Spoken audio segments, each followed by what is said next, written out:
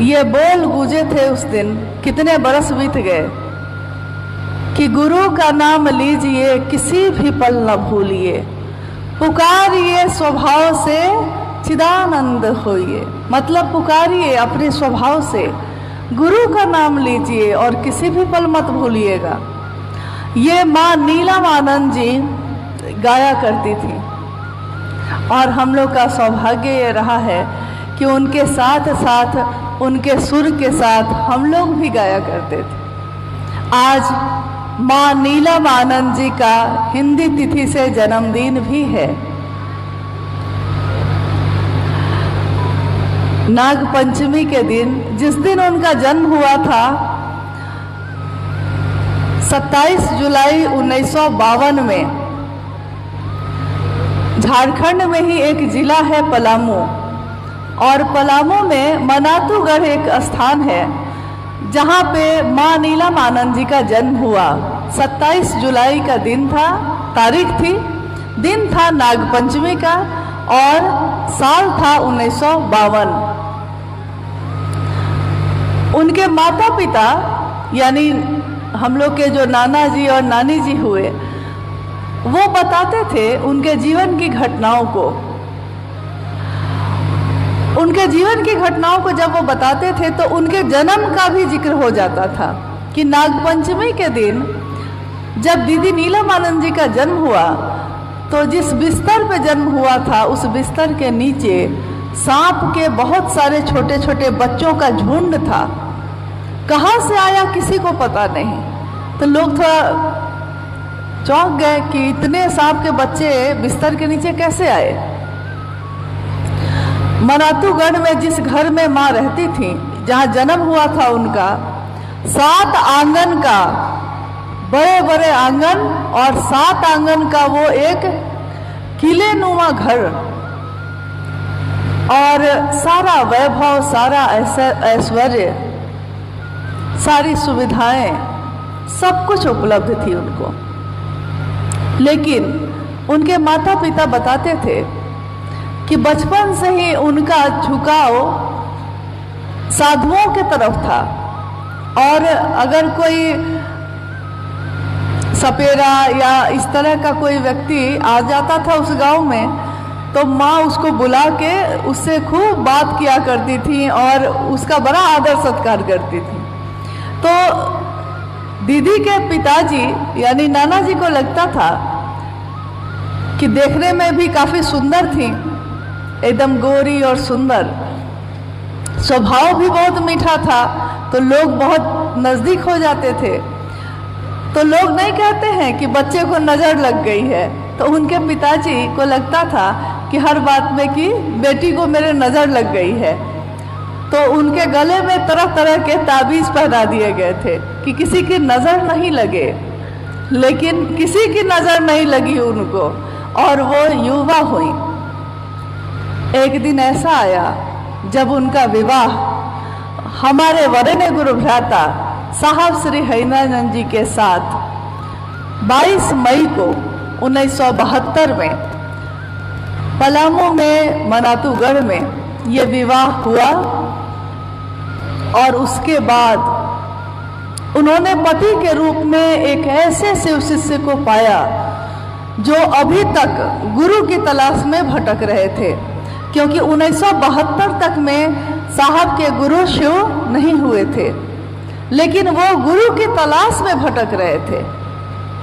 अनेक लोगों को उन्होंने गुरु बनाया, साधुओं को, ऋषि मुनियों को, तांत्रिकों को, योगियों को, औघर जो थे उनको, और उनको लगता था कि कहीं तो कुछ मिलेगा मुझको।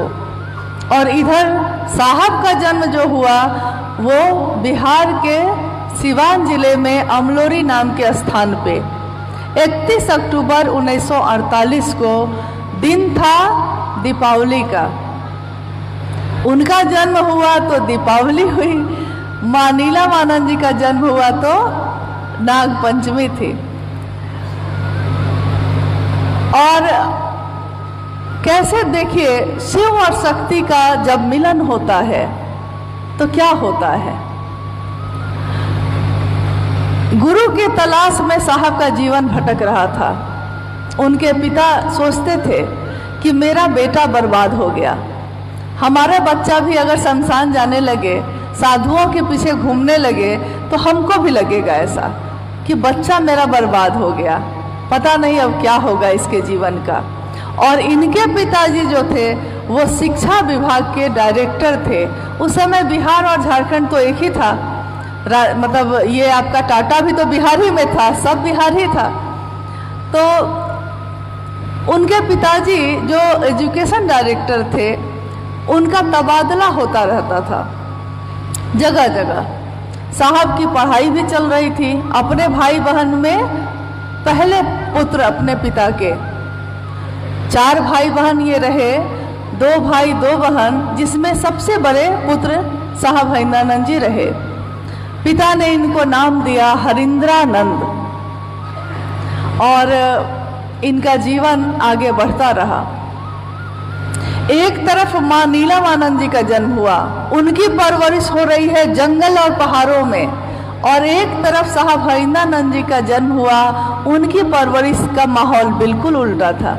उनकी परवरिश एक ऐसे घर में हो रही थी जिसमें शिक्षा का बोलबाला था। स्वाभाविक है, कोई मास्टर भी अगर घर में होता है तो उस घर के सारे बच्चे पढ़ाई में ही लगे रहते हैं, क्योंकि अगर पिता शिक्षक हैं तो वो कहते हैं कि पढ़ो, नहीं तो अच्छा रिजल्ट नहीं आएगा तो लोग हम पे हंसेंगे, लोग कहेंगे कि दूसरे को पढ़ाते हैं और अपना बच्चा कैसा हो गया। और साहब के पिताजी तो एजुकेशन डायरेक्टर थे, उनके ऊपर तो और बड़ा भार था। तो वो कहते थे कि बरकू, वो अपने पुत्र को बरकू कहते थे, तो कहते थे बरकू ना पढ़ियन तब बाद के जो भाई बहन बा, होता नहीं है कि बाद में जो छोटे भाई बहन है उसमें क्या असर पड़ेगा। और जो रोज शमशान साधना करते हो और दिन में स्कूल कॉलेज जाते हो, हर समय उनका रिजल्ट, उनका जो परीक्षा होती थी उसका परिणाम हमेशा अच्छा रहा, अच्छे नंबरों से पास करते रहे। इधर ये युवा हुए और एक समय ऐसा आया जब कॉलेज में एडमिशन हुआ तो साहब ने कहा कि लॉ की पढ़ाई करेंगे, और पटना में लॉ कॉलेज है, तो उसी लॉ कॉलेज में इनका एडमिशन करवाया गया। ये समय वही समय चल रहा था जब उनका विवाह हुआ था माँ नीलमानंद जी से, और वो मनातू जाती आती रहती थी। साहब के पिताजी फिर उसके बाद कुछ समय के बाद चले गए मुजफ्फरपुर, और इस बीच में साहब हरिंद्रानंद जी जब 1974 में मुजफ्फरपुर आते जाते थे और पटना में रहते थे, पटना लॉ कॉलेज में पढ़ते थे, दिन में क्लास करते थे और शाम में शमशान की साधना के लिए आरा के लिए ट्रेन पकड़ लेते थे। रात में शमशान की साधना करते थे, लौटते थे, फिर सुबह क्लास करते थे। सारे लोगों को लगता था कि अब ये कुछ नहीं कर पाएंगे, लेकिन पहली परीक्षा में ही विवाह हुआ। उसके कुछ समय के बाद ही पहली परीक्षा में ये डिप्टी कलेक्टर बन गए, और डिप्टी कलेक्टर बनने के बाद इनकी पोस्टिंग विभिन्न जगहों पे हुई। इन्होंने पहली चिट्ठी लिखी माँ नीलमानंद जी को, जो मनातू में थी, और उस चिट्ठी में साहब हरिंद्रानंद जी ने लिखा कि नीलम, मैंने शिव को अपना गुरु बना लिया है, तुम भी बना लो। माँ नीलमानंद जी को जब ये पत्र मिला वहाँ मनातू में, तो उनके मन को बहुत खुशी हुई। उनको लगा कि मेरे पति जो अभी गुरु की तलाश में भटक रहे थे, आखिर इनके जीवन को एक ठौर मिला, एक शांति मिली, महादेव मिले गुरु के रूप में। साहब बताते हैं कि जब 1974 में वो नवंबर का महीना था और वो शमशान में तन्हा अकेले बैठे थे, उन्होंने बहुत निराश मन से अपने जीवन के गुजरे हुए वर्षों की तरफ देखा। उन्होंने देखा कि पिछले 14 वर्षों से मैं लगातार किसी न किसी को अपना गुरु मान रहा हूँ, लेकिन हर जगह धोखा है, हर जगह वो नहीं मिला जिसकी तलाश है मुझको। उन्होंने निराश मन से, थक कर, हार कर, हताश मन से सोचा कि लोग कहते हैं कि गुरु भगवान होते हैं। उन्होंने सोचा कि वही भगवान गुरु क्यों नहीं है। जब हमारे साथ भी ऐसा होता है, हमारे जीवन में जिस पे भी हम विश्वास करते हैं, जब वो साथ छोड़ता है, लंबे समय तक साथ चलता है और कभी भी साथ छोड़ देता है, जब साथ छोड़ता है तो हमारा मन दुखी होता है। हम सोचते हैं दूसरा सहारा होगा, वो भी साथ छोड़ देता है। जब सारे सहारे छूट जाते हैं तब हमको याद आता है महादेव का दरवाजा। तब हमको याद आता है कि महादेव के सिवा अब कोई मेरा नहीं है। उस दिन युवा हरिंद्रानंद जी के मन में ये बात कौन थी कि जब गुरु भगवान होते हैं तो वही भगवान गुरु क्यों नहीं है।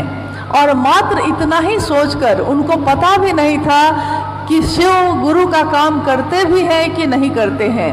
हम आज पूछते हैं कि भगवान शिव को ही गुरु क्यों बनाए, लेकिन जिस दिन उन्होंने गुरु बनाया था न तो उनके मन में कोई श्रद्धा थी, न विश्वास था, संशय ही संशय था, शंका थी कि क्या पता सारे गुरुओं ने तो धोखा दिया है, ये महादेव को हम गुरु माने हैं, महादेव भी साथ देंगे या नहीं देंगे।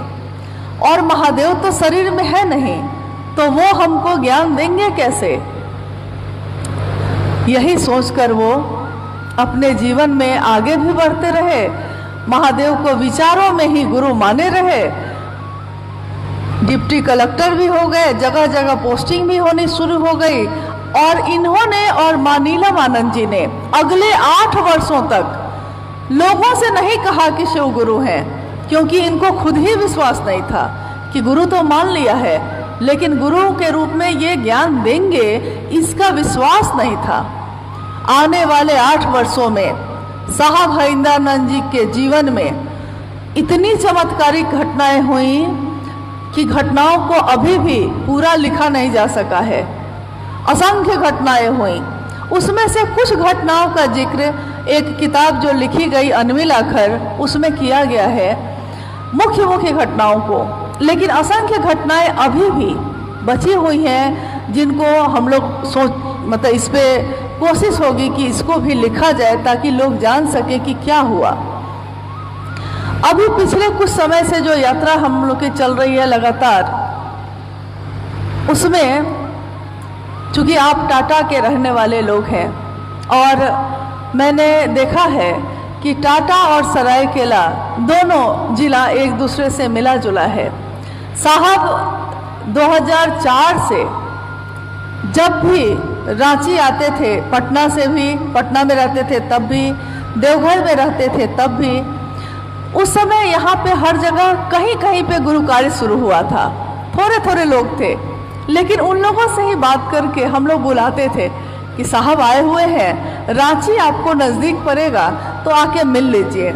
यहाँ से लोग जाते थे, साहब से मिल के लौटते थे। और साहब की यात्रा भी बहुत बार टाटा और सरायकेला में हुई है। मुझे लगता है कि आप में से बहुत लोग अक्सर मिला किए हैं साहब से, अक्सर आप मिले हैं उनसे। हम ये सोच सकते हैं कि क्या कारण था, क्योंकि बहुत ऐसी जगह थी जहां लोग चाहते थे कि साहब आए और साहब वहां नहीं जा रहे थे। और कुछ जगह ऐसी थी जैसे पलामू, साहब हमेशा जाने के लिए तैयार रहते थे, टाटा सरायकेला हमेशा जाने के लिए तैयार हो जाते थे। तो हम लोग को लगता था कि क्या कारण है ऐसा।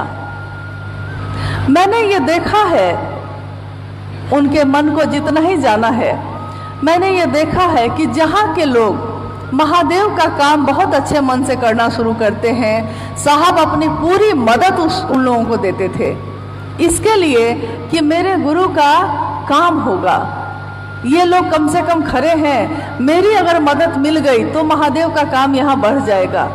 इसके कारण उन्होंने अपने जीवन में अपने सुखाराम को नहीं देखा, लोगों से मिलते रहे, लोगों को प्रेरित करते रहे। और 1980 के दशक से जो ये काम शुरू हुआ, अनवरत चल रहा है सो चल ही रहा है। अभी थोड़ी देर पहले एक व्यक्ति ने मुझसे पूछा कि क्या साहब के शिवलीन होने के बाद महादेव का काम धीमा हो गया है। मैंने उनको कहा कि महादेव का काम और तीव्र गति से बढ़ गया है। ऐसा लगता है जैसे सूक्ष्म रूप में वो अब सबके साथ हैं, सबको गति दे रहे हैं, सबको चला रहे हैं, सबकी मदद कर रहे हैं। साहब ने कहा था कि मैं आज शरीर में हूँ तो सबसे नहीं मिल पाता हूँ, लेकिन जब मैं शरीर में नहीं रहूँगा तो मैं हर उस व्यक्ति से मिलूँगा जो जिसने भी मुझसे मिलना चाहा है। हर उस व्यक्ति के पास जाऊँगा जो मुझको बुलाना चाहता था लेकिन मैं जा ना सका, क्योंकि उस समय तो मेरे पास कोई बंधन नहीं है। शरीर का बंधन होता है, शरीर से कितनी यात्रा करिएगा। लेकिन उन्होंने कहा कि कोई बंधन ऐसा नहीं है जो मुझको बांध सकेगा। और मेरे गुरु शिव ने मुझको कहा है कि धरती के लोगों को मेरी तरफ भेजते रहना। तो जब मेरे गुरु शिव ने ऐसा कहा है तो मेरे लौटने का तो सवाल है नहीं, मेरे शरीर का अंत होगा, मेरा नहीं। और किसी ने पूछा उनसे एक बार रांची में कि साहब आज आप हैं तो ये सब चलता है, कल आप ना होंगे, क्योंकि कभी तो ऐसा होगा ही, शरीर का अंत होगा, तो क्या होगा शिव शिष्यता का। साहब ने उस दिन कहा था कि शिव की शिष्यता का हमेशा उसका मालिक तो महादेव ही होगा, लेकिन मैं हमेशा नियंत्रण करूंगा, क्योंकि मैं शरीर से भले चला जाऊंगा लेकिन शिव के शिष्यों का साथ कभी नहीं छोड़ूंगा। और मैं शरीर से रहूं या ना रहूं, लेकिन मैं ही रहूंगा। उन्होंने उपवन के हॉल में कुछ लोग जो बैठे थे उस समय वहाँ, उन लोगों के सामने ये कहा कि उस समय भी कौन होगा, तो मैं ही रहूँगा। इसका कारण एक ये भी है कि जो शिव का शिष्य होगा वो शिव ही होगा, शिव सदृश होगा। और बूंद जब समंदर में मिलती है, कोई बूंद अगर समंदर में मिल जाए तो उसकी ताकत क्या होगी। पानी का होता है ना, एक कटोरे में हम लोग पानी को रखते हैं तो उस पानी की कोई ताकत नहीं है। उस पानी को आप जैसे चाहिए गिरा दीजिए, उठा लीजिए, लेकिन उसी पानी को अगर नदी में रख दिया जाए, मिला दिया जाए उस पानी में, वो पानी मिल जाती है। और नदी के उस पानी में मिलके उसकी क्षमता, उसकी ताकत उस नदी जैसी हो जाती है। वो नदी समंदर में मिलती है और समंदर की ताकत हो जाती है उसी पानी की जो एक दिन कटोरे में था, लेकिन आज वो समंदर है और समंदर की ताकत है उसमें।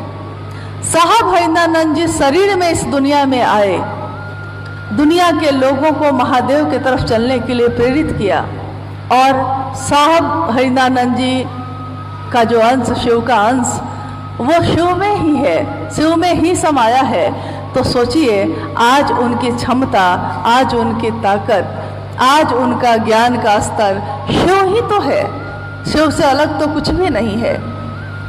जिन्होंने हमेशा हम सबको रास्ता दिखाया है, आज वो और भी बड़े स्तर पे सबको गति दे रहे हैं, महादेव से मिलवा रहे हैं, खुशियाँ भर रहे हैं। उन्होंने कहा कि महादेव को गुरु मनाकर शिव का शिष्य होकर भी अगर आपके होठों पे मुस्कान नहीं है, अगर आपके मन से संकीर्णता नहीं गई है, अगर आपके मन से कलुषता नहीं गई है, तो कैसा शिव का शिष्य। क्योंकि शिव का शिष्य तो जगत को शिव की तरफ से देखेगा, उसके लिए कोई अपना और पराया नहीं होगा, सब अपने होंगे। महादेव की तरफ से देखिए तो दुनिया में कोई पराया नहीं लगता है, लेकिन अगर दुनिया की तरफ से देखिएगा तो कोई अपना लगता है, कोई पराया भी लगता है। आज इस संगोष्ठी का बहुत कम समय में ही आयोजन हुआ। पहले से हम लोगों ने नहीं सोचा था कि टाटा का भी होगा। सरायकेला के लोग कह रहे थे बहुत दिनों से, और फिर बात ये आ गई कि साहब ने तो कभी सरायकेला और टाटा को अलग नहीं समझा था, और मौसम है बारिश का तो स्वाभाविक है हॉल में ही करना होगा। इसीलिए दो स्थान पे हॉल में ही हम लोगों ने सोचा कि बैठकर अगर कुछ देर भी बात हो सके, क्योंकि बार बार तो एक ही जगह नहीं आना हो पाता है। फिर आप कर रहे हैं, आप ही संभाल रहे हैं, आप ही कल को संभालेंगे, हम लोग तो आज आए हैं, आज ही लौट जाएंगे। आइए हम लोग कुछ ऐसी जिज्ञासाओं पे बात करते हैं जिस पे बात करने से हमारा मन शिव की तरफ और तेज गति से चल सके, और हमारा मन एकमात्र जो साहब श्री ने कहा है उन बातों को दोहराने से ही महादेव की तरफ चल सकता है। अगर हम अपनी बात कहें, अगर आप अपनी बात कहें, तो हम में और आप में क्या ताकत है, हमारी क्या क्षमता है। हम कुछ दूर आपको लेकर जा सकते हैं, लेकिन महादेव तक लेकर नहीं जा सकते। साहब ने एक बार कहा, और मुझे लगता है कि शिव चर्चाओं में आम लोगों के बीच उन्होंने कहा है, यहाँ तक कि जब कोरोना काल आया था तो लाइव चर्चा उनकी हुई थी फेसबुक पे। उस समय भी साहब ने कहा था, अपनी किताब आओ चले शिव की ओर जो उन्होंने लिखी थी, उसमें एक पंक्ति है, आप लोगों ने पढ़ी है कि नहीं मुझको नहीं पता। आओ चले शिव की ओर जो साहब द्वारा लिखित है, आपने पढ़ी है उस किताब को? पढ़ी है? नहीं? अच्छा, कुछ लोगों ने पढ़ी है, लेकिन ज़्यादातर लोग नहीं पढ़े हैं उसको। इतने कम लोग टाटा में अच्छा, अब है ऐसा? नहीं, ठीक है। हाँ, मैंने इसलिए पूछा कि जब उन्होंने इसको लिखा था, उन्होंने कहा था कि क्या लगता है लोग मेरी बातों को पढ़ेंगे? हम लोग जो सारे लोग वहाँ उपस्थित थे, हम लोगों ने कहा कि जी आपका नहीं पढ़ेंगे, आपकी बात नहीं सुनेंगे, आपका लिखा नहीं पढ़ेंगे तो किसका लिखा पढ़ेंगे? तो साहब ने कहा कि नहीं यार, मैंने 1990 के दशक में शिष्यानुभूति लिखी थी, शिष्य की अनुभूति, और मूल्य भी नहीं रखा था पैसे से। मूल्य मैंने उसका रखा था आपका शिव शिष्य होना। आपने देखा होगा शिष्यानुभूति किताब जो छोटी सी है, छपने में पैसे लगते हैं, बांटने में पैसे लगते हैं, लेकिन साहब ने उस किताब के बदले में पैसा कभी मूल्य लिखवाया ही नहीं कभी। और उन्होंने कहा भी ये कि शिष्यानुभूति का मूल्य हमेशा यही रहेगा, आपका शिव शिष्य होना। लेकिन अब है कि दुनिया है, लौकिकता है और हर चीज़ में पैसे लगते हैं, तो जब ये किताब छपी तो स्वाभाविक है कि इसमें कुछ पैसे लगे, तो इसका मूल्य एक रखा गया, आओ चले शिव की ओर का।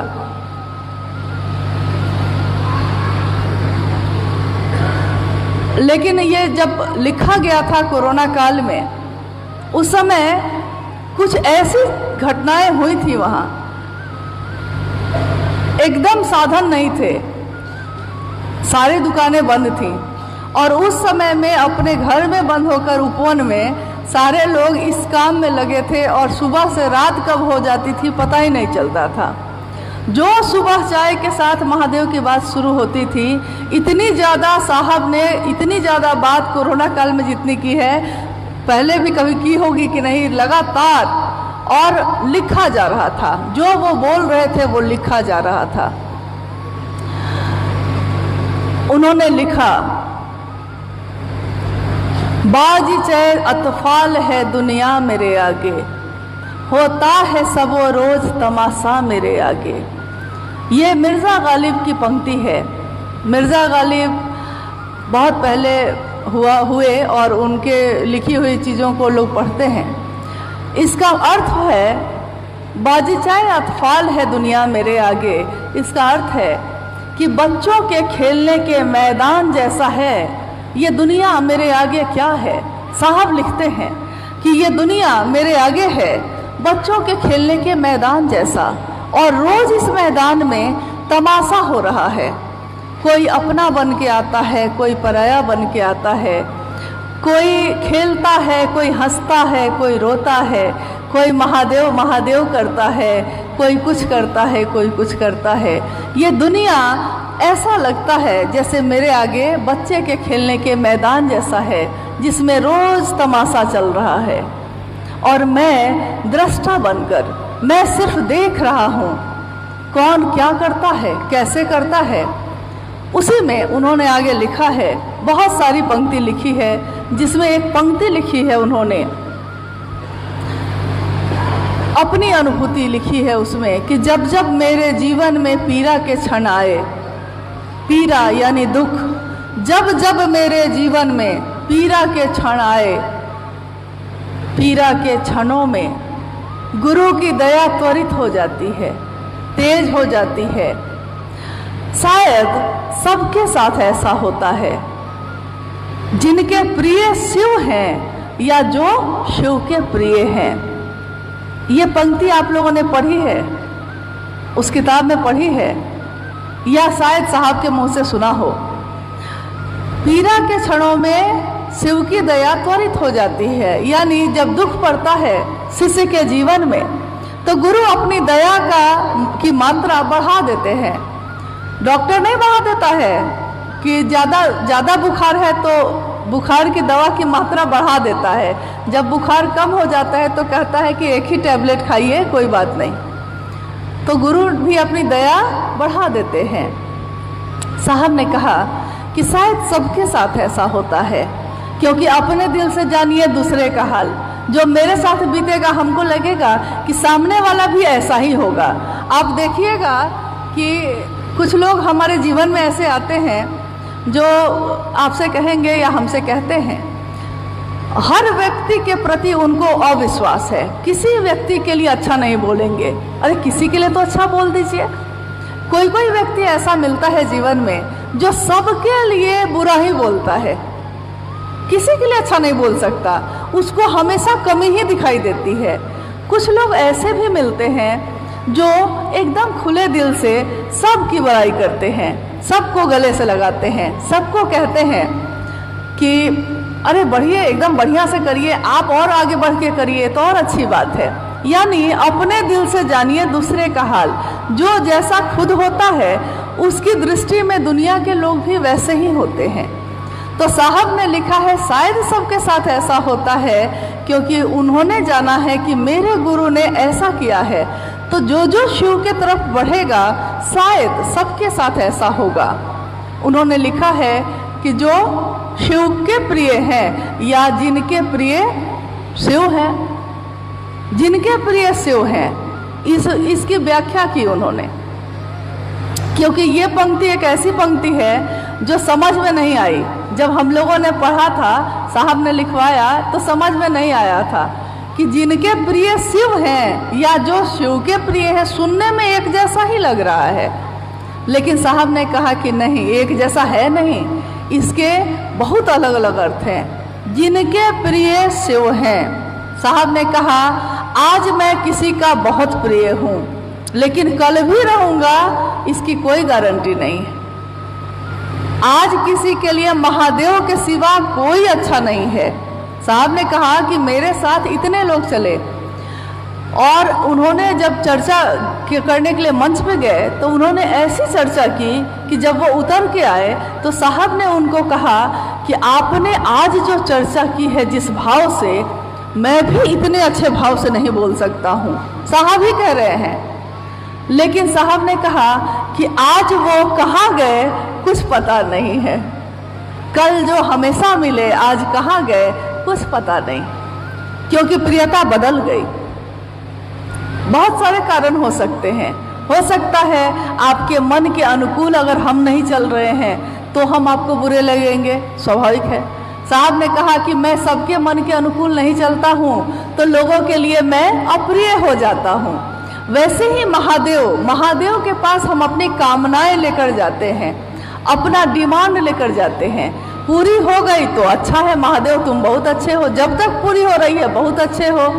किसी दिन नहीं पूरी हुई है तो महादेव को गुरु मानने से कोई फायदा नहीं है, छोड़िए, महादेव को छोड़ते हैं, अब दूसरे को पकड़ते हैं।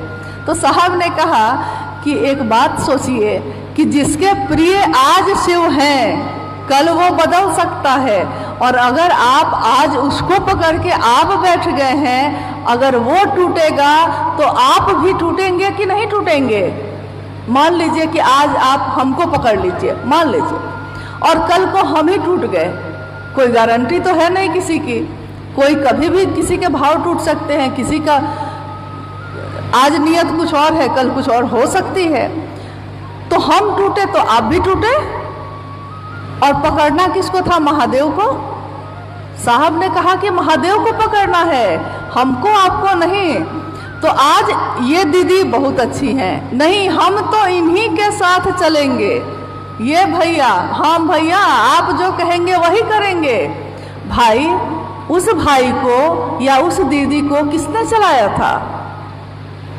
वो अपने दम पे तो नहीं चले थे। एक दिन जब वो चलना नहीं जानते थे तो किसी और ने उनको चलाया होगा ना। तो वो उस आदमी के पीछे नहीं चल रहे हैं, लेकिन आपको कहते हैं कि मेरे पीछे चलो, मेरी बात सुनो, ये पूरा इलाका मेरा है। साहब ने कहा एक बार चर्चा में, और ये चर्चा वीडियो उपलब्ध है यूट्यूब पे, सुनिएगा। उन्होंने कहा कि कुछ जगह पे तो आतंक हो गया है भाई, आतंक।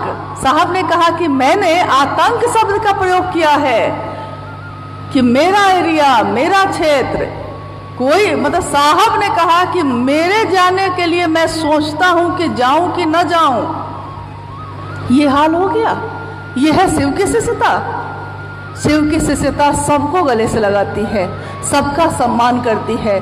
जो महादेव की बात लेकर आता है उसको प्रेम देती है, सम्मान देती है, और बदले में भी प्रेम और सम्मान ही मिलता है। साहब ने कहा कि समंदर में चप्पल फेंकिएगा, वापस वो समंदर चप्पल ही करता है। याद रखिएगा इस बात को। आपने महादेव के रास्ते पे चलने वालों के लिए जो दिया है आपको भी वापस वही मिलेगा, और इसके लिए कुछ भी करने की ज़रूरत नहीं है, ये अपने आप हो जाता है। प्रेम देंगे दूसरों को, प्रेम मिलेगा, सम्मान देंगे, सम्मान मिलेगा। उन्होंने कहा कि आपका एक प्रणाम अनेक परिणाम लाता है। एक प्रणाम, हम अगर किसी को सामने पड़ने पे प्रणाम करते हैं, हम एक बार प्रणाम करते हैं।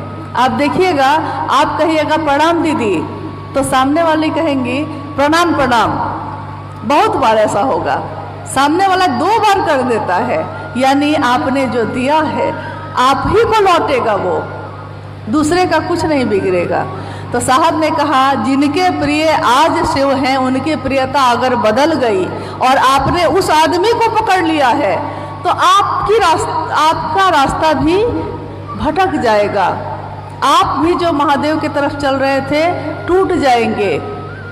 उन्होंने साफ कहा कि अगर पकड़ना ही है तो किसी ऐसे को पकड़ो जो कभी भटका नहीं है और जो सीधे शिव तक जाता है। और ऐसे एक व्यक्ति को जिसको हम लोगों ने देखा है शिव के शिष्य के रूप में, जो जब से चले हैं उनकी मंजिल पे नज़र है, उनकी नज़रों ने, उनकी निगाहों ने मील का पत्थर भी नहीं देखा है, रास्ते में इधर से उधर भी नहीं देखा है, शिव को देखा है और मात्र शिव को देखा है, शिव को चाहा है और मात्र शिव को चाहा है। कौन है वो जिसने शिव के लिए शिव को चाहा? कौन है? साहब हरिंद्रानंद जी। पकड़ना ही है हम लोगों को तो हम उनको पकड़ेंगे, क्योंकि वहां भटकाव नहीं होगा। उन्होंने अपने सम्मान के लिए शिव को नहीं चाहा। उन्होंने कहा अर्थ धर्म मोक्ष काम चतुष्टय, मैंने इसके लिए शिव की स्थापना नहीं की थी। मैं घर घर गया। आज माँ नीलमानंद जी के जन्मदिन की बात हम कह रहे हैं। मैंने अभी बताया आपको कि माँ नीलमानंद जी का जन्म जिस घर में हुआ था, मतलब वो पाँव रखती थी तो एक एक आंगन में 100-100 नौकर थे, लेकिन जब वो शिव की बात करने निकली थी तो साहब हरिंद्रानंद जी के साथ गांव-गांव गई। उस समय डिप्टी कलेक्टर थे साहब हरिंद्रानंद जी, लेकिन वो अपने अस्तित्व को भी भूल गए। वो भूल गए, अब उनको सिर्फ याद रहा कि मैं शिव का शिष्य हूँ, और माँ नीलमानंद जी को सिर्फ ये याद रहा कि मैं शिव की शिष्या हूँ। उन्होंने कहा अपने साथ चलने वाले गुरु भाई गुरु बहनों को कि शिव की राह में चलते रहोगे अगर, तो तुम्हारे रास्ते के कांटों को मैं चुन लूंगी। एक माँ के सिवा ये और कोई नहीं कह सकता। कि बच्चा अगर कांटे वाले रास्ते पे चल रहा है तो माँ भले घायल हो जाए लेकिन कांटों को चुन लेती है कि मेरे बच्चे को नहीं लगे। आध्यात्म की धरती पे पैदा करने वाले साहब और दीदी माँ, हमारे आध्यात्मिक पिता, हमारे आध्यात्मिक माँ, शिव के शिष्य, शिव के शिष्या, जिन्होंने जीवन में लोगों को ये रास्ता दिखाया कि जो शिव का शिष्य होता है वो विनित होता है, वो झुकता है। साहब ने लिखा कि अकर और अहंकार जैसा तो यहाँ कुछ भी नहीं होता। अकर और अहंकार तो शिव की शिष्यता पे चलने वालों के लिए बाधक होता है। यहाँ निरीह और कातिर होने का रास्ता है। ये निरीह, एकदम मेरे बस में कुछ भी, मैं कुछ भी नहीं हूँ। कातर, अब महादेव तुम्हारे सिवा मेरा कोई नहीं है। कातर जो होगा, निरीह जो होगा, वो सबके आगे हाथ जोड़ेगा अपने महादेव के लिए। उन्होंने कहा मखमल जैसा मुलायम होने की विधा है शिव के शिष्यता। मखमल जैसा, उसको छुइए तो लगता है छू भी नहीं रहे हैं, करापन है ही नहीं, एकदम मुलायम। ऐसा हो जाइए आपका स्वभाव तो हम कहेंगे कि भाई शिव की शिष्यता हम लोगों में उतरी थोड़ी। उन्होंने कहा, दूसरी पंक्ति जो थी, जिनके जो शिव के प्रिय हैं, उसमें उन्होंने कहा जो शिव का ही प्रिय हो जाएगा, शिव ने ही जिसको पकड़ लिया है, उसकी प्रियता कभी नहीं बदलेगी। वो चाहे आपको दिखे या ना दिखे, उसकी प्रियता नहीं बदलती। कुछ लोगों ने पूछा कि साहब हम ऐसा क्या करें कि शिव के प्रिय हो जाए। हम ऐसा क्या करें कि शिव के प्रिय हो जाए, क्योंकि मेरे गुरु आज शिव मुझको प्रिय हैं, लेकिन मेरी ताकत क्या है, टूट जाएंगे तो क्या होगा। लेकिन अगर शिव ने पकड़ लिया है तो वो टूटने नहीं देंगे, थाम लेंगे। लेकिन ये होगा कैसे? साहब ने कहा ये तीनों सूत्र जो हैं, ये बार बार आपके मन को ये याद दिलाते हैं, बार बार ये समझाते हैं कि शिव के सिवा, शिव की दया के सिवा आपके पास कुछ भी और नहीं है। उन्होंने कहा कि इतना महादेव महादेव कर लो, इतना महादेव महादेव करो कि महादेव ही ढूंढने लगे कि ये कौन है मेरा दीवाना, ये कौन है मेरा आशिक जो केवल मेरा ही नाम लेता है। और जब शिव को पकड़ लोगे, शिव तुमको पकड़ लेंगे, तब ये प्रियता कभी नहीं बदलेगी। तो हम लोग कोशिश करें कि हम शिव के प्रिय बने। इसके उसके प्रिय बन के क्या करेंगे? ये तो आज साथ है, कल साथ छोड़ देगा। और रिश्ते की जब हम बात करते हैं तो दुनिया में कोई रिश्ता ऐसा है जो आपसे हमेशा खुश रहा हो? कोई, मुझको नहीं मिला। हाँ, मुझको एक ही रिश्ता मिला है इस धरती पे। आज तक साहब और दीदी माँ कभी नाराज नहीं हुए, किसी से नहीं, मुझसे ही नहीं, किसी से नहीं। उनके तरफ से शुभ ही रहा सबके लिए, उनके तरफ से ममता ही रही सबके लिए। वो एक ऐसा रिश्ता, एक अलौकिक रिश्ता जो कभी बदला नहीं, चाहे मैं करूं या ना करूं, वो हमेशा खुश ही रहे। लेकिन दुनिया में और जितने भी रिश्ते हैं, सबके लिए आज 10 दिन किया है किसी के लिए तो खुश हो गया, एक दिन नहीं कर पाए हैं तो नाराज हो गया, फोन तक नहीं उठाएगा आपका। आप फोन करिए तो कहेगा, उठाएगा नहीं। हाँ, कि उस दिन तो मेरे काम नहीं आए थे, 10 दिन आप काम आए, एक दिन नहीं आ पाए, कोई कारण हो गया होगा, कोई लाचारी हो गई होगी, तो सामने वाले का मिजाज बदल गया। तो सामने वाले के मिजाज का क्या ठिकाना, आज अपना समझता है कल नहीं समझेगा। उसके लिए हम दीवाने बने हुए हैं, उसके लिए परेशान हैं कि हमसे रूठ तो नहीं गया। मेरा बच्चा थोड़ा सा मुंह लटकाए तो हम परेशान हो जाते हैं, क्या हुआ, क्या हुआ, क्यों उदास हो गए, क्यों मुंह ऐसे बना हुआ है, कोई बात हो गई? नहीं, हम लोग पूछते हैं, बार बार जाइएगा पूछने, बार बार जाइएगा। वही बड़ा होता है तो वही उल्टे माँ को ही 10 बात सुनाता है। कोई रिश्ता खुश नहीं है किसी से, लेकिन तब भी उस रिश्ते को बचाने की कोशिश में हम लगे हुए हैं। महादेव जो कल्याण स्वरूप है, जो विश्व मूर्ति है, उनके सिवा कोई अपना नहीं है। वो शुभ ही शुभ करते हैं हम लोगों का, लेकिन उनके लिए हम लोग चिंतित नहीं हैं कि मेरे महादेव हमसे खुश रहेंगे कि नहीं। हम उसके लिए क्या कर रहे हैं, उसके लिए खुश नहीं हैं। तो थोड़ी चिंता हम लोगों को महादेव की भी करनी चाहिए। अगर वो खुश रहेंगे तो दुनिया में तो सारी चीज़ें ऐसे ही ठीक हो जाती हैं। मेरे गुरु महेश्वर शिव को मेरा प्रणाम है। इस कालखंड के प्रथम शिव के शिष्य और हम सबों के परम आदरणीय साहब श्री हरिनानंद जी के चरणों में मेरा प्रणाम है। शक्ति स्वरूपा दीदी नीलम आनंद जी के चरणों में मेरा प्रणाम है। और सिक्किम के इस रैंपो में उपस्थित आप सभी गुरु भाई गुरु बहन के चरणों में मेरा प्रणाम है।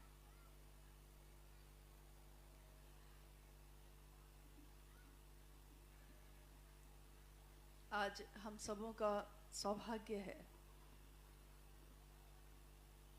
कि अपने गुरु शिव की बात करने के लिए और आप सबों से मिलने का सौभाग्य प्राप्त हुआ। शायद आप लोग में से बहुत लोग ये नहीं जानते होंगे कि इस जगह पे 2018 से ही बार बार कार्यक्रम की योजना हुई। साहब के तरफ से दिया गया ये समय 2018, 2019, लेकिन हमेशा कुछ ना कुछ ऐसी स्थिति उत्पन्न हो गई कि ये आगे टलता चला गया, नहीं हो सका उस समय। और आज 2023 के 14 अप्रैल को और संयोगवश ये नेपाल का नववर्ष का भी दिन है, तो आज का दिन शुभ है। हर पल शुभ होता है, लेकिन इस पल में शिव की चर्चा का आयोजन हुआ और हम सब उसमें सम्मिलित हुए, ये बड़े सौभाग्य की बात है। आपके इसी रैंपो से आज से बहुत वर्ष पूर्व 2012 की घटना है। 2012 में मैं खुद और मेरे साथ कुछ गुरु भाई गुरु बहन यहाँ से होते हुए गए थे गैंगटोक। गैंगटोक में पहली बार शिव गुरु चर्चा का आयोजन हुआ और वहाँ के ठाकुरबाड़ी में हम लोगों ने अपने गुरु की बात की। लौटने के क्रम में, लौटते समय यहाँ की एक गुरु बहन जो बिहार की रहने वाली हैं, उन्होंने कहा कि हम लोग कुछ लोगों के साथ सड़क पे खड़े हैं, आप लोग क्या मिल सकेंगे? तो हम लोग तो इसी काम के लिए आए ही थे, तो हम लोगों ने कहा क्यों नहीं, बड़े सौभाग्य की बात है। लौटने में आपके जो मुख्य सड़क है उसके किनारे एक छोटा सा मंदिर है, वहीं पे वो लोग खड़े थे और हम लोग अपनी गाड़ियों से उतरकर उनके पास खड़े होके बात करने लगे। सामने उस मंदिर के जो पुजारी थे वो खड़े थे। उन्होंने कहा कि आप लोग कुछ अच्छी बात कर रहे हैं लगता है, आइए आप लोग के लिए दरी बिछा देते हैं। उसी मंदिर के चबूतरे पे हम लोग लगभग 10-12 लोग थे। उन लोगों के साथ हम लोग बैठ गए और जैसे जैसे महादेव की बात होने लगी, क्योंकि वो खुली जगह थी, हर तरफ से लोग आ रहे थे जा रहे थे, तो जैसे जैसे महादेव की बात होने लगी वैसे वैसे जो भी उधर से गुजरता था वो रुक जा रहा था और खुद ही चला आ रहा था ये पूछने के लिए कि आप लोग क्या बात कर रहे हैं। और ये सुनकर कि हम लोग शिव को गुरु बनाने की बात कर रहे हैं, वो काफ़ी खुश हो गए और उन्होंने कहा कि हमारे भी नाम की घोषणा कर दीजिए। और हम लोगों ने उसी मंदिर के चबूतरे पे बैठकर रैंपो में 2012 में शिव के शिष्य के रूप में कुछ लोगों की घोषणा की। यानी इस जगह पे कार्यकर्ता के रूप में मैंने आपसे पहले काम किया है लेकिन कहीं भी आकर्षण आपके गुरु शिव में होता है। आप जैसे ही शिव की बात करना शुरू करते हैं, लोग खुद ही एक चुंबक में जैसे लोहे के टुकड़े खींचे चले आते हैं, वैसे लोग खींचे चले आते हैं। क्योंकि बात ना आपकी हो रही है, ना मेरी हो रही है, बात किसकी हो रही है? महादेव की। और उस महादेव में ही सब कुछ है, सारी बात है। इन पहाड़ों में, इन जंगल और नदी के प्रदेश में शिव की बात हो जाए, शिव की गूंज उठे, ये हमारे वरेण्य गुरु भ्राता साहब श्री हरिंद्रानंद जी ने चाहा। और जो भी चीज उन्होंने चाही है वो हुई जरूर है, चाहे कुछ दिन के बाद हो, लेकिन होती जरूर है। अभी थोड़ी देर से जब से ये कार्यक्रम चल रहा है, बारी बारी से सभी लोग आए और उन्होंने कहा कि शिव को गुरु बनाने का उद्घोष साहब ने किया, और हम सबों से आग्रह किया कि हम सब भी उस राह पे चले, उस रास्ते पे चले और महादेव को अपना गुरु बनाए, खुद भी शिव के शिष्य बने, दूसरों को भी प्रेरित करें। लेकिन आपने ये समझा होगा कि किसी भी काम के बारे में अगर हम लोग शुरुआती मजबूती हमारे अंदर नहीं होगी, तो होता ये है कि उसके बाद जो भी काम हम करते हैं वो काम भी हल्के हो जाते हैं। इसीलिए सबसे पहले हम लोग को थोड़ा सा इस पे बात करनी होगी फिर से, क्योंकि जब बच्चा बड़ा हो जाता है और वो पीछे का पाठ भूल जाता है, तो शिक्षक बोलते हैं कि पहला क्लास में क्या सूत्र पढ़े थे, दूसरा में क्या पढ़े थे, उसको याद करो तो।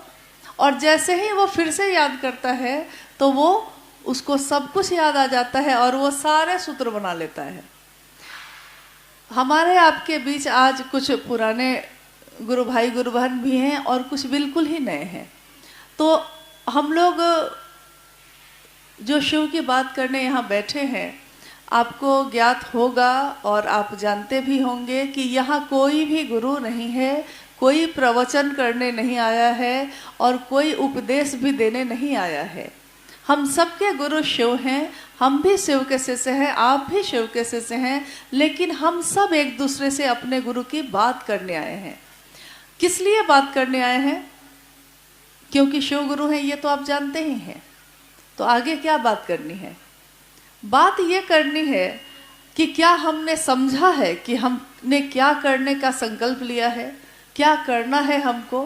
कोई भी काम, कोई भी चीज एक बार जब किसी के विचारों में होती है, विचार में पैदा होती है, तो कहा जाता है कि वो हवा में ही होती है। जैसे हम मकान बनाने का विचार करते हैं, घर बनाने का एक विचार करते हैं, घर बना नहीं है, विचारों में है, यानी हवा में है, अभी मूर्त नहीं हुआ है। लेकिन जब विचार आते हैं हमारे मन में, तो उस विचार को पूर्ण करने के लिए, पूरा करने के लिए हम क्या करते हैं? उसका ज्ञान लेते हैं। उसके बाद हम क्या करते हैं? ज्ञान मिल गया तो हम फिर कर्म करते हैं, यानी काम करते हैं। उस घर को बनाने के लिए ज्ञान लेते हैं और फिर उस घर को बनाने के लिए कर्म करते हैं, और तब मूर्त रूप में आता है वो घर जिसको कभी हम लोगों ने सिर्फ सोचा था, हुआ नहीं था ये। तो ऐसे अनेक काम होते हैं। इन पहाड़ों में जब हम लोग सड़कों से गुजरते हैं तो बड़ा आश्चर्य होता है कि इन पहाड़ों को काट काट कर किस तरह से सड़क बनाई गई होगी। किसी ने पहली बार सोचा होगा कि किस पहाड़ से, किस तरफ से कितना काटेंगे तो सड़क बनेगी। और जगह जगह शहर बसते चले जाते हैं, बस्तियां बसती चली जाती हैं, और हर उन बस्तियों तक सड़क भी पहुंच जाती है। किसी ने सोचा था, अगर नहीं सोचा होता तो, और सिर्फ सोच के नहीं रह गया, उसने फिर इसके लिए ज्ञान लिया, ज्ञान लेकर भी नहीं रह गया, इसके लिए कर्म किया। तो शिव को गुरु बनाने की बात आपने अभी सुनी कि जिनका नाम हम लोग कहते हैं वरेण्य गुरु भ्राता साहब श्री हरिंद्रानंद जी। तो वरेण्य गुरु भ्राता साहब श्री हरिंद्रानंद जी, हम उनको इसलिए कहते हैं, वरेण्य का अर्थ होता है बड़ा। इसको सरल भाषा में आप कह सकते हैं कि बड़े गुरु भाई। आज भी पुराने समय के कुछ गुरु भाई लोग उनको बड़े गुरु भाई के नाम से ही संबोधित करते हैं। तो बड़े गुरु भाई यानी गुरु भाई ही हैं वो भी, लेकिन बड़े हैं, हम लोगों से बड़े हैं, क्योंकि उन्होंने रास्ता दिखाया है, उन्होंने समझाया है। ये कौन है साहब हरिंदरानंद जी, आप में से कितने लोग जानते हैं? क्योंकि ये सूचना तो आप तक चली गई कि हाँ उन्होंने कहा है कि शिव गुरु हो सकते हैं, तो आप भी शिव को अपना गुरु बनाइए। लेकिन हम लोग जब किसी बात को, किसी सूचना को सुनते हैं, तो हम लोगों को ये भी जानना चाहिए कि ये किसके द्वारा आया और किस तरह से आया। कुछ बातें आपने सुनी हैं, कुछ घटनाएं भी आपने सुनी है। आपने सुना कि सन 1948 में 31 अक्टूबर को एक बालक का जन्म हुआ। बिहार एक राज्य है, उसमें सिवान नाम का जिला है। सिवान जिले के अमलोरी नाम के ग्राम में एक मिट्टी के घर में साहब श्री हरिंदरानंद जी का जन्म हुआ। सुबह उनका जन्म हुआ और शाम में तिथि खंडित हो गई और शाम में ही दीपावली हो गई। यानी जिस दिन उनका जन्म हुआ, शाम में, रात्रि में पूरी दुनिया में दिए जले, दीप जला। ये दिया क्या सिर्फ दीपावली का था, या ये दिया उस रोशनी का था जो इस धरती पे उतर कर आई थी। तो दुनिया में ये दिन दीपावली के दिन के नाम से जाना गया कि दिए जले उस दिन। और धीरे धीरे धीरे धीरे बालक हरिंदरानंद जी थोड़े बड़े होते गए। उनके पिता डॉक्टर विश्वनाथ सिंह, उन्होंने बाद में शिक्षा अपनी पूरी की और बहुत विद्वान आदमी हैं वो, मतलब अब तो शरीर में नहीं है, विद्वान आदमी रहे। उर्दू, हिंदी और अंग्रेजी इन तीनों भाषा के समान रूप से विद्वान और अपने समय के टॉपर। एक समय ऐसा भी आया कि उनके पिता हरिंदरानंद साहब के पिता doctor Vishwanath Singh education director के रूप में बिहार के राज्य में उनकी पोस्टिंग हुई और उनको विभिन्न जिलों में जाने का मौका मिला। स्वाभाविक है कि बालक हरिंदरानंद जी जो उनके पहले पुत्र थे, 4 पुत्र पुत्री उनके थे, 2 पुत्र 2 पुत्री, जिसमें सबसे बड़े साहब खुद थे। तो जब विभिन्न जगहों पे उनको अपने पिता के साथ जाने का सौभाग्य मिला, उनके पिता जो एक तरफ तो शिक्षा विभाग के निदेशक थे, तो घर में शिक्षा का माहौल था। आप देखते होंगे कि कोई अगर शिक्षक है, शिक्षक भी है, तो उसके घर में दिन रात पढ़ाई की बात होती रहेगी, होता है ना। डॉक्टर है तो डॉक्टरी की बात होती रहेगी। तो जो शिक्षा विभाग का इतना बड़ा पदाधिकारी था, जिसके घर में दिन रात शिक्षक आते जाते रहे, तो स्वाभाविक है उस घर का माहौल भी शिक्षा का होगा। शिक्षा का माहौल रहा पूर्णतः। और जब वो 12 वर्ष के थे, एक छोटी सी घटना हुई। आज दुनिया में जिन भी महामानव की अनेक रूपों में, अलग अलग रूपों में लोग पूजा करते हैं, कोई कहता है भगवान बुद्ध धरती पे आए, कोई कहता है भगवान महावीर आए, कोई मतलब बहुत सारे ऐसे महामानव आए जिसको धरती के लोगों ने भगवान का दर्जा दिया। लेकिन जब वो आए इस धरती पे शरीर में, तो उनके जीवन में कोई ऐसी घटना होती है जो उनके जीवन को जीने की दशा और दिशा दोनों को बदल देती है। तो साहब के जीवन में उस समय एक छोटी सी घटना आई। बहुत सारे तांत्रिक, अघोरी और तपस्वी साहब के पिताजी के पास मिलने आते जाते रहे। 12 वर्ष की आयु में एक दिन ऐसा हुआ कि साहब अपने पिता के पास ही खड़े थे और वो शिक्षक जो जिनके बारे में लोग कहते थे कि तांत्रिक भी हैं, वो आए और बैठ के उनके पिताजी से बात करने लगे। थोड़ी देर में उन्होंने देखा कि लकड़ी के एक छोटे से टुकड़े को उन्होंने जमीन पे जोर से पटका और वो टुकड़ा सांप में बदल गया। ये देखकर एक बालक हरिंदरानंद जी चीख पड़े, मतलब वो घबरा गए। कोई भी बच्चा ऐसा देखेगा तो वो घबरा जाएगा कि ये क्या हो गया। तो जो वो आए थे उन्होंने तुरंत कहा कि बउआ का भइल, कुछ ना, सब ठीक बा, सब ठीक बा।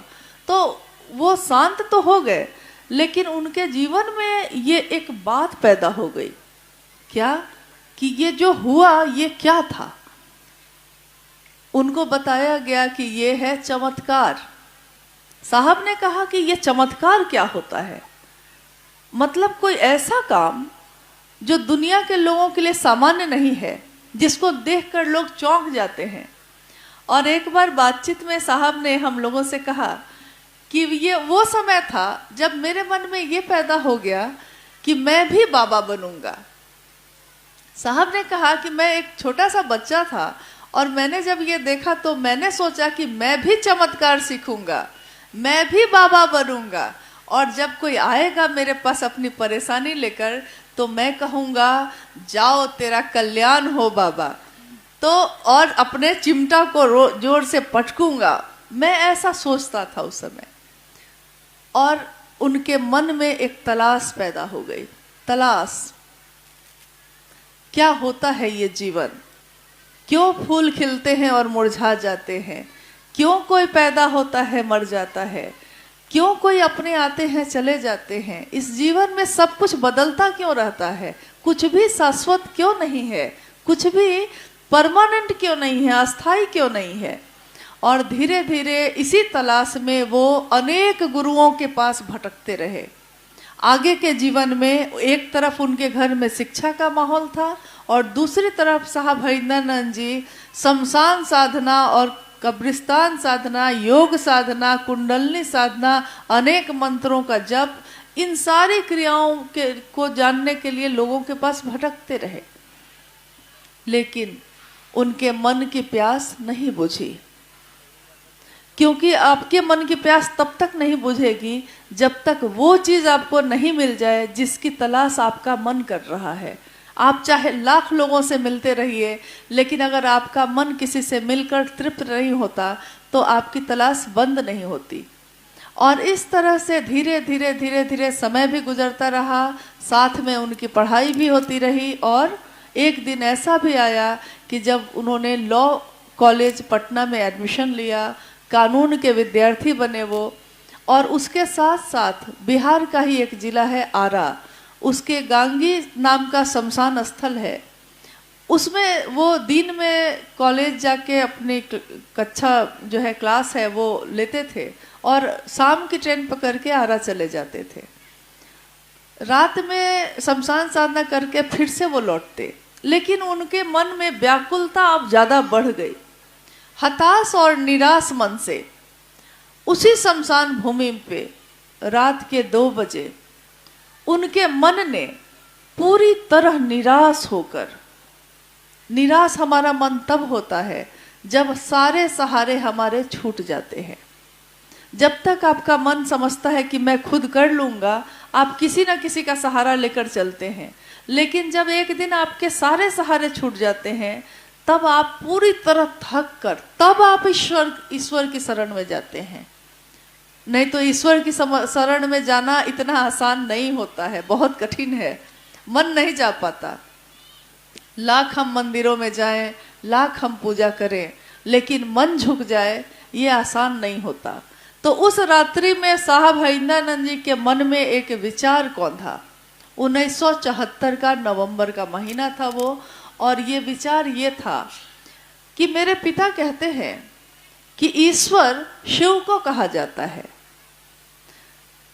और श्लोक जो उनके घर में बार बार सुनाया जाता था, पढ़ा जाता था, वो श्लोक ये था जो उन्होंने स्कूल में भी पढ़ा था। गुरुर ब्रह्मा गुरुर विष्णु गुरुर देवो महेश्वर गुरु साक्षात पर ब्रह्म तस्मै श्री गुरुवे नमः। इसको बहुत लोग इसका अर्थ दूसरी तरह से भी समझ जाते हैं। उसका बहुत सारे लोग समझते हैं कि गुरु ब्रह्मा भी हैं, गुरु विष्णु भी हैं। तो इस श्लोक का अर्थ ये नहीं है। इस श्लोक का अर्थ ये है कि गुरु जो होते हैं उनमें ब्रह्मानी शक्ति होती है, गुरु जो होते हैं उनमें वैष्णवी शक्ति होती है, और गुरु में महेश्वर की शक्ति होती है। यहाँ तक कि गुरु साक्षात ब्रह्म का ही रूप होते हैं, यानी ईश्वर का रूप होते हैं। तो ये सोचकर ये श्लोक उनके मन में अचानक कौंध गया। और उन्होंने हमेशा सुना था अपने पिता से कि ईश्वर शिव को कहते हैं। उस समय बालक हरिंद्रानंद जी अब बड़े हो चुके थे, कानून के विद्यार्थी थे। 1974 का वो समय था। उनका विवाह दीदी नीलम आनंद जी से 1972 में हो चुका था। विवाह के 2 साल बाद की ये घटना है। और उन्होंने ये सोचकर कि जब गुरु ये सब कुछ हो सकता है तो वो ईश्वर ही गुरु क्यों नहीं है। आज से पहले क्या पहाड़ टूटकर नहीं गिरते थे? आज से पहले क्या पेड़ों में फल नहीं लगते थे? लेकिन एक दिन ऐसा हुआ कि सेब के पेड़ के नीचे न्यूटन नाम का एक आदमी बैठा था और सेब टूटकर नीचे गिरा। तो न्यूटन को लगा कि ये सेब टूटकर नीचे क्यों जाता है, टूटकर ऊपर क्यों नहीं जाता। और उसने इसके लिए शोध किए, खोज की, क्यों होता है ऐसा। और उन्होंने एक दिन खोजा कि पृथ्वी में गुरुत्वाकर्षण के कारण सेब टूटकर नीचे गिरता है, ऊपर नहीं जाता। क्या इतने हजारों वर्षों में ये घटना रोज पहले नहीं हुई थी? हुई थी, पहले भी हुई थी, लेकिन किसी एक वैज्ञानिक ने उस समय सोचा और इसकी खोज कर ली। आज उनके नियम पढ़ाए जाते हैं। तो शिव गुरु हैं, ये बात हजारों वर्षों से ग्रंथों में लिखे हैं, वेदों में लिखे हैं, पुराणों में है, रामचरितमानस में है, महाभारत में है।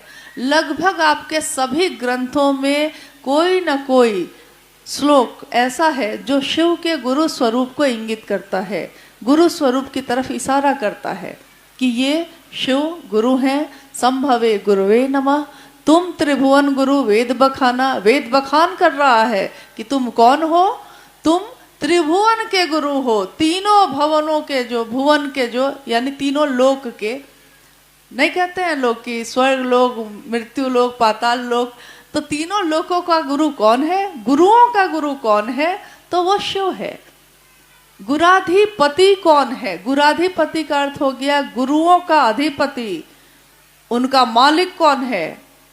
सबसे ऊपर कौन है? तो वो शिव है। ये नई बात तो नहीं है, आज अचानक से ये बात तो पैदा नहीं हुई। ये तो हजारों वर्षों से ग्रंथों में लिखा हुआ है। हमारे घर के बुजुर्ग हमेशा से पढ़ते रहे हैं इसको।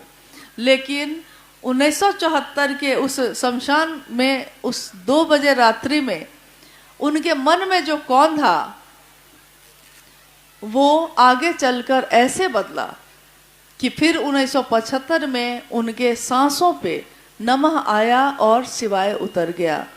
सांसों पे यानी साविध विधि के साथ ही आया और उतर गया। बाद में बहुत सारी घटनाएं हुई।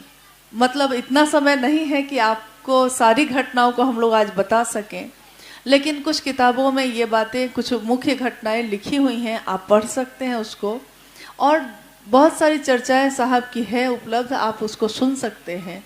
मुख्य बात यह है कि 1982 में जब साहब उसके बाद डिप्टी कलेक्टर के पद पे आ गए और उनकी पोस्टिंग जगह जगह होने लगी, वो लौटकर बिहार के मधेपुरा गए। मधेपुरा में जब अपने स्कूल समय में वो रहते थे तो उस समय भी वो शमशान साधना में जाते थे। उन्होंने उन लोगों को खोजा उस समय जो उस समय के साथी थे उनके। उन्होंने पूछा कि वो लोग कहाँ हैं। तो उनके उन मित्रों ने जब सुना कि जो बच्चा हमारे साथ शमशान जाया करता था आज वो मधेपुरा में मजिस्ट्रेट बनकर उसकी पदस्थापना हुई है, वो आए हैं, तो वो लोग इनसे मिलने आए। पहली बार साहब हरिंद्रानंद जी ने इन 8 सालों के बाद सिर्फ दीदी नीलम आनंद जी को ही कहा, उसके अलावा किसी को बाहर नहीं कहा। दीदी नीलम आनंद जी के साथ ही उनकी बात होती रही। और 8 सालों के बाद उन्होंने जब ये बात कही तो सामने वालों ने कहा उनसे कि आप कौन सी नई बात कर रहे हैं। जिस बात को साहब समझते रहे कि पता नहीं कौन सी पूंजी है मेरी ये, उसको जब उन्होंने लोगों से कहा तो लोगों ने कहा इनको कि आप कौन सी नई बात कह रहे हैं, ये बात तो ग्रंथों में लिखी हुई है। अब आश्चर्य करने की बारी इनकी थी। इनको लगा कि क्या कहते हैं आप, ये बात लिखी हुई है कहीं? तो लोगों ने कहा कि हाँ लिखी है। कहाँ लिखी है? साहब ने पूछा। लोगों ने बताया कि इस ग्रंथ में है, इस ग्रंथ में है, इस किताब में है। सारी किताबों को लाइब्रेरी से मंगाया गया। साहब ने उन लोगों के साथ बैठकर हर ग्रंथ का उस समय पहली बार अध्ययन किया और तब उसमें देखा कि न जाने कितनी जगहों पे ये लिखा हुआ है। गुरु कौन है? शिव है। गुरुओं के गुरु कौन है? शिव है। जगत का गुरु कौन है? शिव है। विश्व गुरु कौन है? आदि गुरु कौन है? तो सब कुछ शिव है। अब इनको इतनी तकलीफ हुई, इनको लगा इतनी सुंदर चीज किताबों के पन्नों में दबी थी, आज तक लोगों के दिल तक क्यों नहीं उतरी? जिस तरह आपके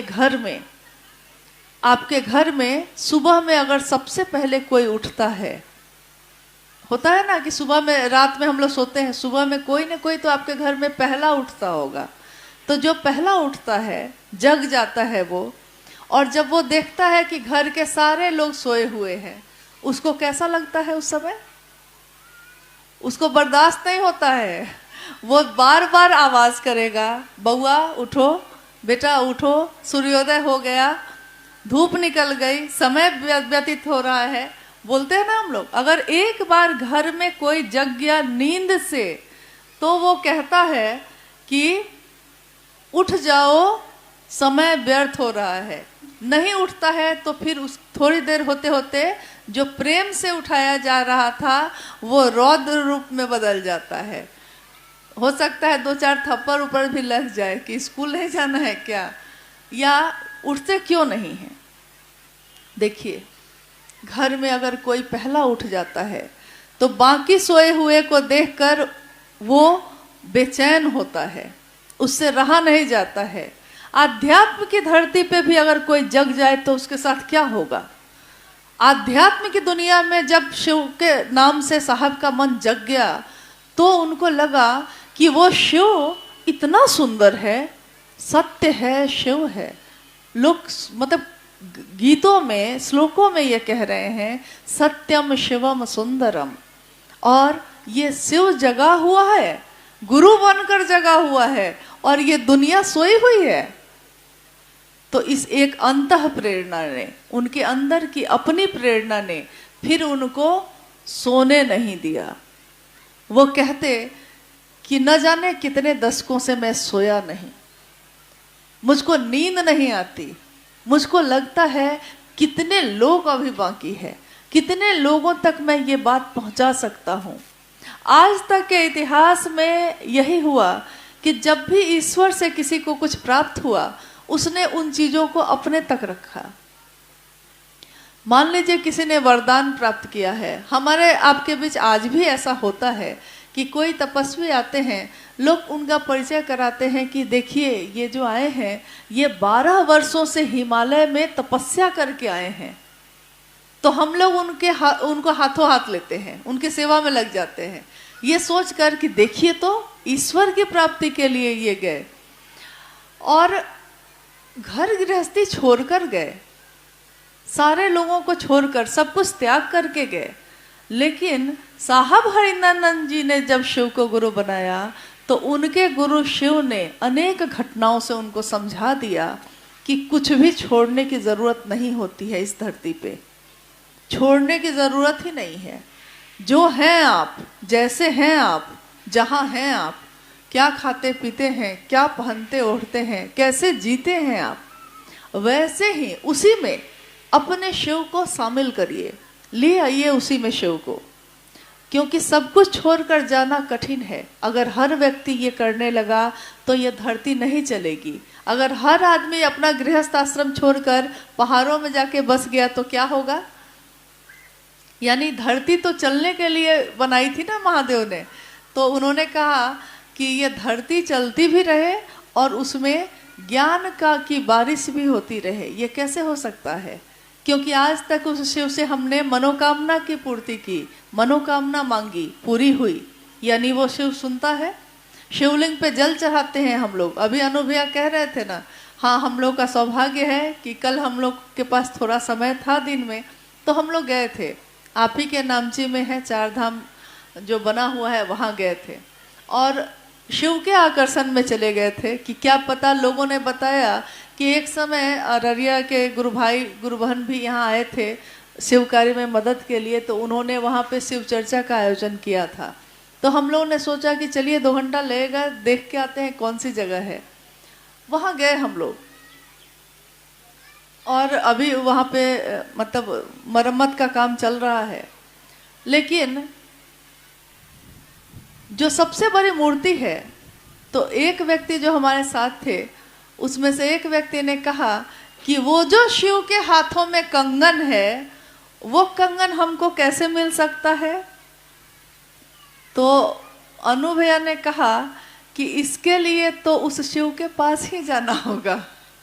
अच्छा, उसके लिए जाने को कोई तैयार नहीं है।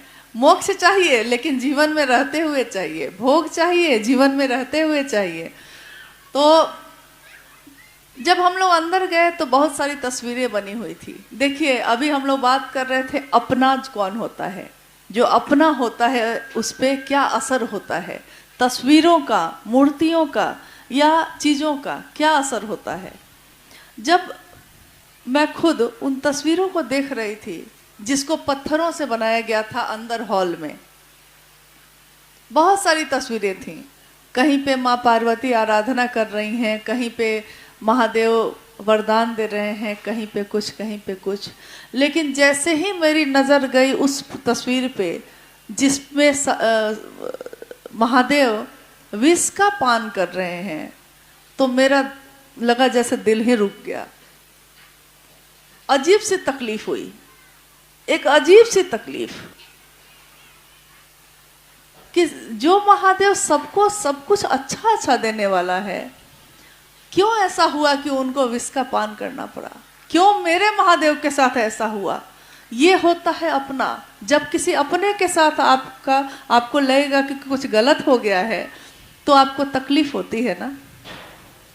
महादेव की बात करते हैं आप, जब कुछ जगह पे लोग महादेव की चर्चा करने लगते हैं और अगर वहाँ पे सही तरीके से महादेव की बात नहीं हो रही है तो आपको तकलीफ होती है, आपको बेचैनी होती है कि काश वहाँ सब ठीक हो जाता है। लेकिन यही तकलीफ, यही बेचैनी तो साहब हरिंदरानंद जी के जीवन में पैदा हुई। और जिस समय उन्होंने शिव को अपना गुरु बनाया था, उस समय उनका साथ देने के लिए कोई नहीं था। एकमात्र दीदी नीलम आनंद जी को उन्होंने एक चिट्ठी लिखी। पटना से, मनातू में थी दीदी नीलम आनंद, पटना से एक चिट्ठी लिखी। अब लगता है चिट्ठी का जमाना तो अब चला गया, अब मैसेज ही जाता है। अब चिट्ठी न कोई लिखता है न चिट्ठी का इंतजार होता है, लेकिन उस समय तो था। तो साहब हरिंदरानंद जी ने दीदी नीलम आनंद जी को चिट्ठी लिखी, नीलम, मैंने शिव को अपना गुरु बना लिया है, तुम भी बना लो। और उन्होंने, दीदी नीलम आनंद जी ने ये सोचकर कि आखिर इनके जीवन को एक ठौर मिला, एक जगह रुक गए ये, उन्होंने शिव को अपना गुरु बनाया और कदम कदम पे उनका साथ दिया। एक राज परिवार की बेटी दीदी नीलम आनंद, उनका पूरा नाम है राजमणि नीलम आनंद, राजमणि नीलम आनंद। साहब हरिंदरानंद जी एक शिक्षा विभाग के डायरेक्टर के बेटे, खुद डिप्टी कलेक्टर। एक डिप्टी कलेक्टर को क्या जरूरत पड़ गई कि वो घर घर घूमने लगा, जगह जगह भटकने लगा। एक राज परिवार की बेटी और डिप्टी कलेक्टर की पत्नी को क्या जरूरत पड़ गई कि वो अखबार बिछाकर जमीन में बैठ कर लोगों से शिव की बात करने लगी। ऐसी कौन सी लगन लगी मीरा को जो वो महल से निकलकर सड़कों पे भटकने लगी। जो गीत बने हैं ना, ऐसी लागी लगन मीरा हो गई मगन, वो तो गली गली हरि गुन गाने लगी। ये कौन सी लगन लगी उसको, ये कौन सी प्यास जगी कि भगवान बुद्ध अपने घर को छोड़कर जंगल के रास्ते पे निकल गए। राजा के बेटे थे, आराम से रहते। ये अध्यात्म की कौन सी प्यास। तो एक डिप्टी कलेक्टर और उनकी पत्नी को जगह जगह भटकने की कोई ज़रूरत नहीं थी, लेकिन उनके मन में ये बेचैनी कि जब शिव इतने सुंदर हैं, इतने अच्छे हैं, इतने अपने हैं, शिव से ज्यादा अपना तो कोई नहीं, तब ये दुनिया सोई क्यों है? वो शिव जगह है, दुनिया के लोग सोए हैं। आपने सुना अभी जब नाम की घोषणा हो रही थी, तो हम नाम की घोषणा करते हैं तो हम क्या कहते हैं? जागा जागा महादेव। क्या वो महादेव सोया है? क्या वो महादेव सो गया है? अगर वो सो जाता तो ये धरती चलती कैसे? लेकिन हमारे आपके दिल में जो महादेव है वो सोया है, और उसको हम लोग जगा ही नहीं रहे हैं, आवाज भी नहीं देते हैं कि जग जाओ भाई, अब कितना दिन निकल गया, जीवन का कितना समय निकल गया, कितने अपने मिले, कितने पराये मिले, कितने वैसे लोग मिले जिनको हम लोगों ने अपना समझा लेकिन वो अपने ना हुए। जीवन में कोई रिश्ता ऐसा बता दीजिए जिसके लिए आप लाख कोशिश करिए कि वो आपसे खुश रहे, आप बहुत कुछ करते हैं उसके लिए, खाना खिलाएंगे, उसकी देखभाल करते हैं, उसकी हर सुख दुख की रक्षा करते हैं, हर सुख दुख में साथ खड़े होते हैं, लेकिन तब भी एक समय जैसे ही उसके मन के विपरीत कुछ करते हैं आप, अचानक उसका रूप बदल जाता है। उस समय हमारा मन ये सोचता है ये मेरे कौन अपने हैं जिनके लिए मैं तो दिन रात बेचैन हूँ, लेकिन ये तो एक पल में बदल जाता है। साहब हरिंदरानंद जी ने बहुत पहले शिव के शिष्यों को एक पंक्ति कही, किसी ने गाया था उस पंक्ति को, तो उन्होंने कहा कि सुना आपने, साहब हरिंदरानंद जी ने कहा, सुना आपने, मैंने तो आपको अपना माना, मेरे गुरु शिव हैं, शिव के लिए शिव को चाहा, मैंने अपने लिए शिव को नहीं चाहा, मैंने शिव के लिए शिव को चाहा, क्योंकि वो शिव इतना अच्छा है, इतना अच्छा है कि उसको जितना चाहिए उतना कम है। लेकिन आपने शिव के लिए शिव को क्यों नहीं चाहा? आप जो कभी दिखाई देते हैं शिव के शिष्य के रूप में और कभी किसी और रूप में दिखाई देने लगते हैं, ये ऐसा आप क्यों करते हैं? तो उन्होंने कहा कि मेरी जिंदगी है तुमसे, मतलब ये उससे पहले की पंक्ति है कि ये दुनिया बदल गई है, मुझे इसका गम नहीं है, मुझे इसका गम नहीं है कि बदल रही है दुनिया, मेरी जिंदगी है तुमसे, कहीं तुम बदल न जाना। उन्होंने शिव से जो भी प्राप्त किया सारी दुनिया के लोगों को बांट दिया, लेकिन किस विश्वास से बांटा? किस विश्वास से ये अमानत हमारे आपके हाथों में दी? इस विश्वास के साथ कि हम उसमें और उसकी रौनक बढ़ाएंगे और महादेव का नाम करेंगे। इसलिए तो नहीं कि उस नाम को कलंकित करेंगे, क्योंकि आप कहीं भी शिव का नाम लेकर जब खड़े होते हैं, बात करते हैं, तो लोग आपको गौर से देखते हैं, क्योंकि आप शिव की बात करते हैं तो आपको और गौर से देखते हैं। ये क्या बोलता है, इसका मन कैसा है, इसका वचन कैसा है, इसका कर्म कैसा है, क्या जो मन में है वही वचन में है, क्या जो बोलता है वही इसके कर्म भी हैं, क्योंकि ये शिव की बात करता है। अगर ऐसा है तो नाम किसका होता है? आपका नहीं, आपके गुरु का, क्योंकि वो कहता है देखो शिव का चेला कैसा होता है। लेकिन अगर इसके विपरीत हुआ तब भी वो बोलता है देखो शिव की बात करने वाले लोग कैसे हैं। तो आज हमारे आपके हाथ में है कि हम महादेव का नाम बढ़ा लें या घटा दें या क्या करें। सिक्किम के इस धरती पे जहां साहब हरिंदरानंद जी ने आना तय किया, 2018 की घटना है जब ये समय दिया था उन्होंने यहाँ के लिए। उससे पहले गैंगटोक में एक कार्यक्रम हो चुका था और सिक्किम में से लौटकर उन्होंने कहा कि यहाँ के लोग बड़े अच्छे हैं, कितने सीधे साधे और अच्छे, मतलब जैसे इंतजार में हो कि महादेव कब उन तक पहुँचेंगे। लेकिन लोगों को जाने की ज़रूरत है, बस आपके जाने की ज़रूरत है। अगर आप इतना भी नहीं कर सकेंगे तो क्या करेंगे।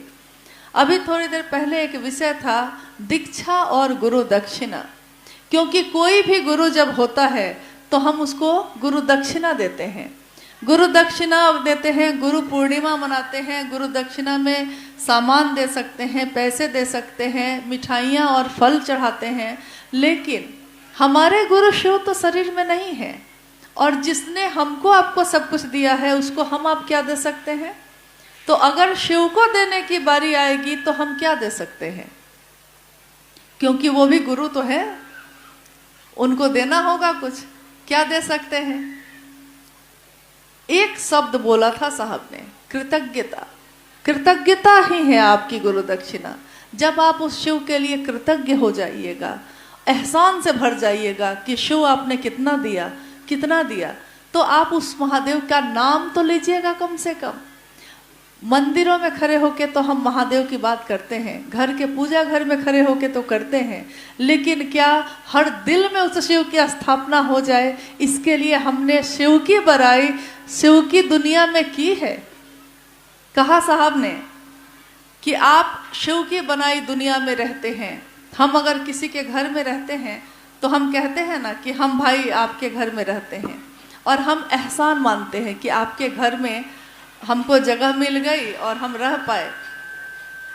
साहब ने एक बार कहा कि शिव की बनाई दुनिया में आप रहते हैं, क्या आपके घर में शिव रहता है? शिव की बनाई दुनिया में हम रहते हैं, क्या हमारी जो छोटी छोटी दुनिया है, अलग अलग जातियों की, अलग अलग धर्म की, अलग अलग परिवार की, उसमें शिव रहता है? लोग कोई जवाब नहीं दे सके। उन्होंने कहा कि शिव को एक कोने में मत करिए, अपने घर का मुखिया बनाइए। शिव आपका है, अपना है, और इससे ज्यादा अपना कोई भी नहीं है। आइए हम लोग कुछ जिज्ञासाओं पे बात कर लेते हैं, क्योंकि आप लोग भी काफी समय से बैठे हैं और आपको लौटना भी है। कोई जिज्ञासा है? अच्छा, गौरी पढ़ेंगे।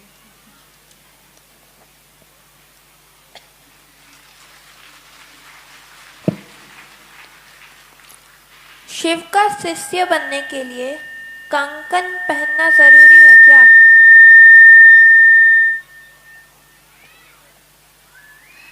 शिव का शिष्य बनने के लिए कंगन पहनना जरूरी है क्या? कंकण मतलब ये रुद्राक्ष का जो हाथ में हम लोग 12 दाने का पहनते हैं। जिज्ञासा उस पे आई है, रैंपो का है, संजय प्रसाद। जिज्ञासा इस पे आई है, शिव को गुरु मानकर एक विचार है ये, लेकिन ये विचार जब बार बार हमारा मन करता है तो एक दिन ये भाव में बदल जाता है। भाव भी अगर गहरे हो जाते हैं तो एक दिन प्रेम में बदल जाते हैं, और प्रेम भी जब गहरा हो जाता है तो भक्ति में बदल जाता है। और इसमें किसी भी बाह्य साधन की जरूरत नहीं है, मतलब कि बाहरी किसी सामान की जरूरत नहीं है। न तो आपके कपड़े शिव को गुरु बनाते हैं, न तो आपकी वेशभूषा या खान पान शिव को गुरु बनाता है, आपका मन बनाता है। लेकिन हमारा मन ही बनाता है, रहते तो हम शरीर में हैं इस दुनिया में। तो कंगन पहनना अनिवार्य नहीं है शिव की शिष्टता में। ऐसा नहीं है कि कंगन आपको पहनना ही पड़ेगा, ऐसा कुछ भी नहीं है। कोई ऐसा नियम शिव की शिष्टता में नहीं है, कोई नियम नहीं बनाया गया है, क्योंकि जगत के गुरु शिव आपके गुरु हैं, और जो जगत का है वो हर तरह के लोगों का गुरु होगा, चाहे वो कैसे भी हो, तो वो नियम नहीं बनाएगा। कंगन पहनने का भी नियम नहीं है, लेकिन साहब हरिंद्रानंद जी ने कहा कि ये हाथ में पहना हुआ कंगन आपके गुरु कार्य में आपकी सहायता करता है, मदद करता है। कैसे? जैसे हम लोग अगर कहीं जा रहे हैं और कोई बगल में बैठा है तो अचानक वो आपके हाथ को देख के कहता है कि आपने रुद्राक्ष पहना है, क्यों पहना है? तो आपको एक मौका मिलता है उससे ये बताने का कि हम लोग शिव को गुरु मानते हैं, और गुरु मानकर हम अपने हाथ में ये 12 दानों का जो कंगन है वो पहनते हैं। तो वो पूछता है कि क्या है 12 ही क्यों होता है? तो हम उसको बताने लगते हैं कि 12 राशि है, 12 ज्योतिर्लिंग है, इसकी गणना है। लेकिन इन सबसे ज़्यादा बढ़ के ये है कि रुद्राक्ष हमेशा आपका शुभ करता है। वो हमारे मानसिक और शारीरिक जो भी तरंगे हैं उसको नियंत्रित करता है। विज्ञान ने भी माना है कि आपके जो बीपी है, ब्लड प्रेशर, उसको नियंत्रित करता है, आपके मानसिक तरंगों को भी नियंत्रित करता है। इसके बावजूद, ये तो आपके शरीर और मन के लिए है, इसके बावजूद सबसे बड़ी बात है कि आपको एक मौका मिलता है महादेव की बात करने का दूसरों से। अब उससे भी ज़्यादा महत्वपूर्ण ये है कि हमको खुद भी याद दिलाता है कि मेरे गुरु शिव, ठीक है, शिव मन में रहते हैं, सामान में नहीं रहते, लेकिन हमारे मन को भी तो याद दिलाता है। कंगन अगर नहीं पहनते तो लगता है कि कुछ खो गया है जैसे। और पहनने से अगर कुछ अच्छा होता है तो पहनने में क्या बुराई है। किसी का विवाह होता है, वो नहीं पूछती कि सिंदूर हम क्यों लगाएं, बिंदी क्यों लगाएं, नहीं भी लगा सकते हैं। बिंदी और सिंदूर थोड़ा ही पति होता है, लेकिन हम लगाते हैं। रक्षा सूत्र बांधते हैं कलाई में। रक्षा सूत्र आपकी रक्षा नहीं करता, लेकिन जिस भी देवी देवता की आपने पूजा की है, एक स्मरण दिलाता है, आपके हाथों को स्पर्श करता है। तो किसी भी चीज़ से जिससे शिव की याद आए, उसको अपनाने से कोई दिक्कत तो नहीं है। हालांकि हाँ, हम लोगों ने कल मतलब परसों रात में आए हैं हम लोग, और कल भी मैंने गौर किया कि कुछ हाथों में कंगन नहीं है। एक बार बिहार में एक ज़िले से हम लोग गुजर रहे थे और साहब के साथ हम लोग यात्रा कर रहे थे। जब हम लोग रांची लौटे तो साहब ने वहाँ के ज़िला के लोगों से फ़ोन लगवा के कहा कि आप लोग जब भी आते तो आप लोग कहते हैं कि हम लोगों ने अपने ज़िला में महादेव का काम खूब कर लिया है, हर घर में शिव शिष्य हो गए हैं। लेकिन आज जब मैं आपके ज़िले से गुजरा तो मैं हर चौक और चौराहे पर सबके हाथों को ही देख रहा था, और किसी हाथ में मुझको कंगन दिखाई नहीं दिया। इसका अर्थ है कि काम अभी बहुत बाकी है। तो अगर पहनने से महादेव याद आते हैं तो हम क्यों ना पहने। हम अपने जीवन के संबंधों के लिए बहुत कुछ धारण करते हैं, हम अपने शिव के लिए कंगन धारण क्यों नहीं कर सकते। और रुद्राक्ष का कंगन कभी भी अपवित्र नहीं होता। जिस तरह गंगा का पानी पावन होता है, कभी अपवित्र नहीं होता, उसी तरह रुद्राक्ष पहन के भी आप कैसे भी जीवन को जी सकते हैं, ये अपवित्र नहीं होता है। मेरा अनुरोध होगा कि आप जरूर पहनिए इसको। हालांकि हम लोग ये तो नहीं कह सकते कि आपको पहनना पड़ेगा, लेकिन अनुरोध भी अगर बहुत अच्छे से किया जाए तो उसको मान लेना चाहिए।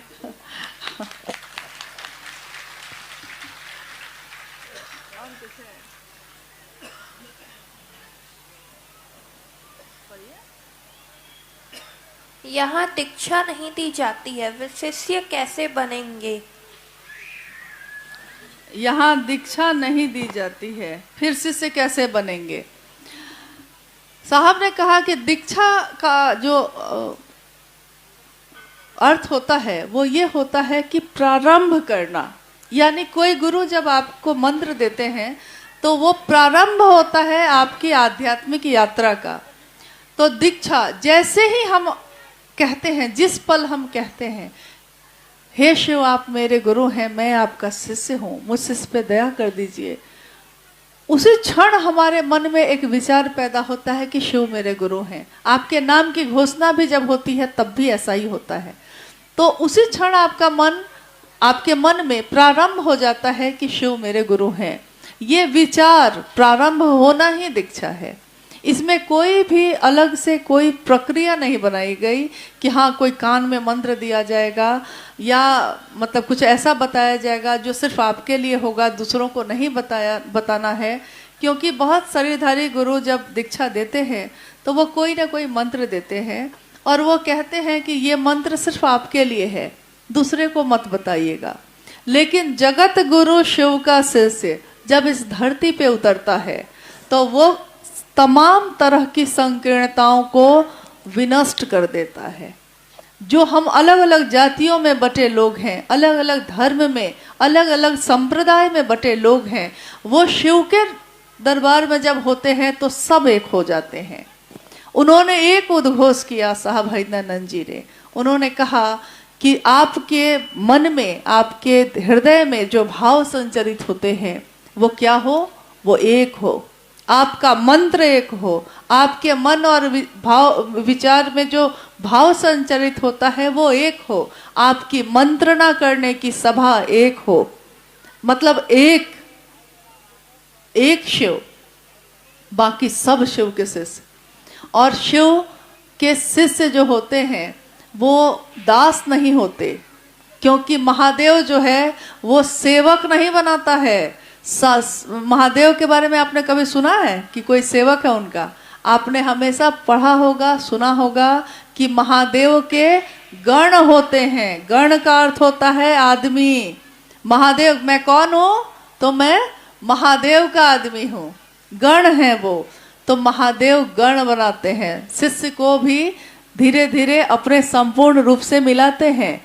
गुरु के रूप में जहां तक हमारा मन समझ सकता है वहां तक उतरते हैं और धीरे धीरे परिमार्जित करके अपने ही संपूर्ण रूप से मिलाते हैं।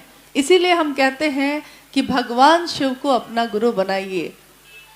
जैसे इस जगत में हमारे भी अनेक रूप हैं, अलग अलग रूप हैं। हम एक समय में किसी की पत्नी, किसी की बेटी, किसी की माँ, किसी की दोस्त, किसी की कुछ बहुत कुछ होते हैं एक ही समय में। और एक ही समय में हम अपने हर उस संबंध को वही भाव लौटाते हैं। पति अगर पुकारता है तो पत्नी के भाव से, पुत्र ने पुकार लिया है तो माँ के भाव से, एक ही साथ ना। यानी हम लोगों को ये आता है कि हम एक ही समय में अलग अलग संबंधों को अलग अलग भाव से जवाब दे सकते हैं, उसका उत्तर दे सकते हैं। तो जब शिव को गुरु हम बनाते हैं तो हम लोग को लगता है कि भगवान तो वो है ही, तो गुरु बनाने की क्या ज़रूरत है। लेकिन हम भूल जाते हैं कि तीनों लोगों की संपत्ति भी मिल जाए और अगर उस संपत्ति को संभालने का ज्ञान नहीं मिले तो क्या होता है। रावण को तीनों लोगों की संपत्ति मिली थी ना, और वो शिव का बहुत बड़ा भक्त भी रहे। शिव के बहुत बड़े भक्तों में एक रावण का नाम भी आता है। शिव से वरदान मांगा, तीनों लोगों की संपत्ति मांग ली, शिव ने दे दिया। भगवान के रूप में वो आप जो मांगेंगे खुश होंगे, दे देंगे। गुरु ऐसा नहीं करते। गुरु विवेकपूर्ण वरदान देते हैं। क्या जरूरी है आपको, वो देंगे। क्या आपके लिए अच्छा होगा, वो देंगे। तो जब वो शिव सारे रूपों में आपको सब कुछ दे सकता है, लेकिन अगर उसका ज्ञान ही हमको नहीं होगा संभालने का, तो संपत्ति होते हुए भी सारी संपत्ति बर्बाद हो जाती है अगर उसको संभालने का ज्ञान नहीं हो। दुकान खोल लेना बड़ी बात नहीं होती है, दुकान चलाने का ज्ञान नहीं हो तो दुकान बंद करनी पड़ती है आपको। खेत खरीदना बड़ी बात नहीं है, खेती करने का ज्ञान नहीं हो तो खेत बंजर बना रह जाता है। जीवन में, इस इंसान के जीवन में जन्म लेना बड़ी बात नहीं है, इंसान के जीवन को जी लेना बड़ी बात होती है। जीवन जीने की कला सिखाते हैं जगत गुरु शिव। वो अपने शिष्यों को शिव बनाते हैं। वो अपने शिष्यों में अपना गुण उतारते हैं। वो अपने शिष्यों को ये समझाते हैं, समझा देते हैं। आप कहिएगा शरीर में नहीं है वो, लेकिन आपका मन ही किसी चीज़ को ग्रहण करता है। अभी हम लोग यहाँ बैठे हैं, हम लोग बात कर रहे हैं, लेकिन अगर आप मन से यहाँ नहीं होंगे, अभी हो सकता है आपका मन कहीं और भटक रहा हो, तो कितनी भी अच्छी बात होगी आप तो सुने ही नहीं, आपके मन में तो गया नहीं वो। तो आप बाद में कहेंगे कि क्या बात हुई थी, अरे मेरा मन कहीं और था। यानी आपका मन ही एहसास करता है, आपका मन ही किसी चीज़ को ग्रहण करता है। तो जब आपका मन एहसास कर लेता है शिव को, तो फिर वो शिव आपके अंदर ही उतरते हैं, आप ही में दिखते हैं। आपको देखकर कोई शिव को याद करे, आपसे बात करके कोई शिव को याद करे, इससे सुंदर जीवन और कुछ नहीं हो सकता। जीवन तो जानवर भी जीते हैं, जीवन तो जीव जंतु भी जीते हैं, वो भी जन्म लेते हैं, उनके भी परिवार और बच्चे होते हैं और उनकी भी मौत हो जाती है। एक इंसान और जानवर में क्या अंतर है? इंसान में संभावना होती है शिव होने की, और वो गुरु जब शिव होते हैं तो वो सीधे अपने शिष्यों में शिव होने की पात्रता पैदा करते हैं। तो क्यों नहीं, अगर हमको सबसे सुंदर चीज मिल सकती है तो हम उसको क्यों नहीं लें? हम सोचने में हम अपना समय क्यों बिताएं, और क्यों ये बात दूसरों को भी नहीं बताएं? क्योंकि जिस तरह हम लोगों ने एक दिन सोचा था कि कितनी देर से ये बात पता चली हमको, शायद आप जिसको बताएंगे वो भी यही कहेगा कि क्यों कुछ दिन पहले और नहीं कहा था ये बात। क्योंकि आदमी धोखा दे सकता है, लेकिन कभी सुना है क्या कि महादेव ने धोखा दिया है? उन्होंने नहीं दिया कभी, और न वो देंगे।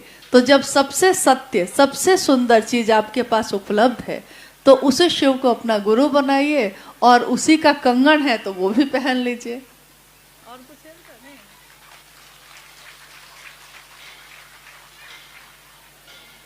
इसका कोई परिवर्तन है या क्रांति?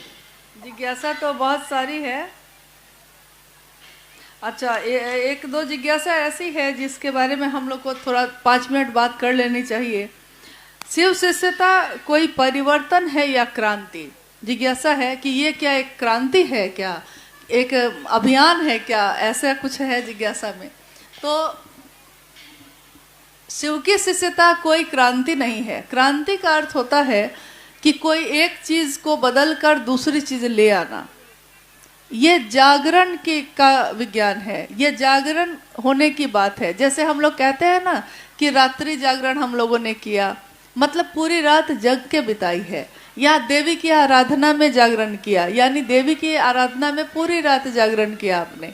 तो ये जीवन में रहते हुए, गृहस्थी में रहते हुए, तमाम परेशानी और समस्याओं के बीच रहते हुए, क्योंकि इसी ईश्वर से मिलने के लिए लोग अपने घर और गृहस्थी को छोड़कर पहाड़ों में जाते हैं। लेकिन आप बस ये 3 सूत्र करते हैं, और ये 3 सूत्र करते करते आपके मन में शिव का ध्यान इतना अस्थायी होता है कि आप कुछ भी अब कर रहे हैं तो आपके मन में वो शिव चल रहा है। तो ये जागरण है कि इस दुनिया में रह के, इस शोर शराबे में रह के, रोज की परेशानियों का सामना करके भी अगर हमको आपको वो शिव याद आता है, तो इससे बड़ा ऋषि, इससे बड़ा तपस्वी कोई नहीं हो सकता। सब कुछ दुनिया में है और जीवन रहते जीवन मुक्त हो जाना, इससे बड़ा मोक्ष कुछ और नहीं हो सकता। तो ये जागरण है, शिव का जागरण आपके हमारे दिल के अंदर। और एक जिज्ञासा है जिसको हम लोग आज की अंतिम जिज्ञासा कर रहे हैं कि जागा जागा महादेव क्यों करते हैं, हरा हरा महादेव क्यों नहीं करते। हरा हरा महादेव तो करते ही हैं हम लोग, बहुत समय से हम लोग करते ही हैं। हरा हरा महादेव का अर्थ होता है कि महादेव हर लेते हैं। उनको कहा गया कि आप अपने दुख को उनको बताइए या ना बताइए, वो आपके दुख को चुरा लेते हैं।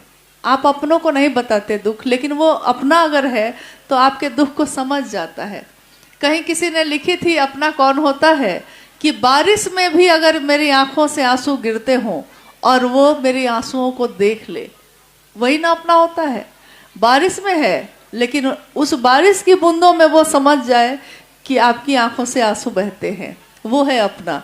तो वो शिव आपके हमारे दुख को हरता ही रहा है। लेकिन जागा जागा महादेव कहने के पीछे कारण ये है कि वो शिव जो हमारे आपके बीच में सोया हुआ है, दिल में सोया हुआ, उस शिव को दिल से जगाने का विज्ञान है ये। अपने दिल में बिया को रख के छोड़ दीजिएगा, जीवन के साथ वो खत्म हो जाएगा और सड़ जाएगा।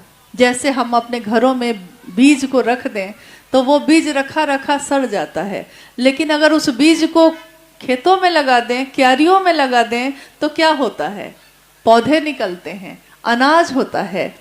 और गुरु का आदेश जब शिष्य के लिए होता है तो वो कहने नहीं आते शिष्य को कि ऐसा करो, ऐसा करो, ऐसा करो। गुरु बस आदेश देते हैं कि ऐसा करना है, और शिष्य अब खुद सोचता है कि कैसे करना है। एक घटना है कि एक आश्रम में, गुरुकुल था वो, और उसके पीछे खेत लगे हुए थे। कोई भी आश्रम को चलाने के लिए खेत होते हैं, अनाज उगते हैं, उसमें बच्चे वो खाते हैं।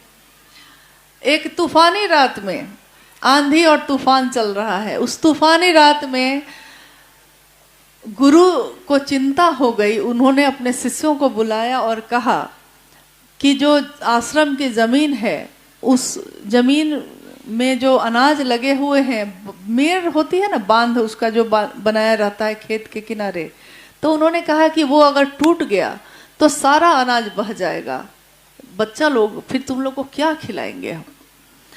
आरुणी नाम था उनके एक शिष्य का। सभी शिष्य उस तूफानी रात में गुरु की बात को सुन के खेतों की ओर चले गए। तूफान रात भर चलता रहा। बाकी शिष्य धीरे धीरे गए और वापस लौट आए। एक शिष्य वापस नहीं आया। तो गुरु को और चिंता हुई। अब गुरु शिष्य की तलाश करने निकले। कहा भी है साहब ने कि गुरु शिष्य की तलाश करते हैं। अब गुरु शिष्य की तलाश करने निकले। उस तूफान थम गया था और बारिश अभी भी हो रही थी। गुरु जब खेतों पे पहुंचे, उन्होंने पुकार लगाई, आरुणी आरुणी तुम कहाँ हो? कोई जवाब नहीं। वो और नजदीक गए तो देखा कि एक खेत की मेड़ टूट गई थी और आरुणी जो उनका शिष्य था, उस मेड़ को जब टूटने से नहीं बचा सका तो वो खुद ही अपने शरीर को ही उस मेड़ पे लिटा कर लेट गया। मेड़ के जगह पे शरीर ही उसका लेटा हुआ था। गुरु दौड़ कर गए, उसको उठाया। उन्होंने कहा तुमने ऐसा क्यों किया? तो आरुणी ने कहा कि आपका आदेश था और गुरु का आदेश पूरा करना ही होगा, चाहे जैसे तन से, मन से, धन से, जैसे जो मेरे पास है उसी से हो, लेकिन ये काम होना चाहिए। और गुरु ने शिष्य को गले से लगा लिया। कितने जगह ये गुरु शिष्य परंपरा की कहानियां बच्चे पढ़ते हैं, बहुत सारी किताबों में ये कहानी का उल्लेख है। कहानियां बहुत हम पढ़ते हैं, लेकिन क्या हम समझते हैं? शिव उतर कर नहीं आएंगे, शिव ये कहने नहीं आएंगे कि मेरा नाम लेना। कोई भला आदमी ऐसा नहीं करता। शिव से ज्यादा भला भी कोई होगा क्या? इस पहाड़ पे अगर चढ़ना चाहिए, आप किसी भी रास्ते से चढ़िए, शिखर पर बैठा हुआ कौन दिखता है? एक महादेव। किसी भी रूप में जाइए, काल को भी जिससे डर लगता है, वो काल का भी अधिपति कौन है? तो महाकाल है वो। योगियों का भी ईश्वर कौन है? तो महायोगेश्वर है वो। औढ़रियों का, कपालेश्वर का भी कौन है ईश्वर? तो कपालेश्वर है वो। उमा का पति कौन है? ये शमशानी निहंगी कौन है? तो शिव है वो। तीनों लोगों का पति कौन है? तो शिव है वो।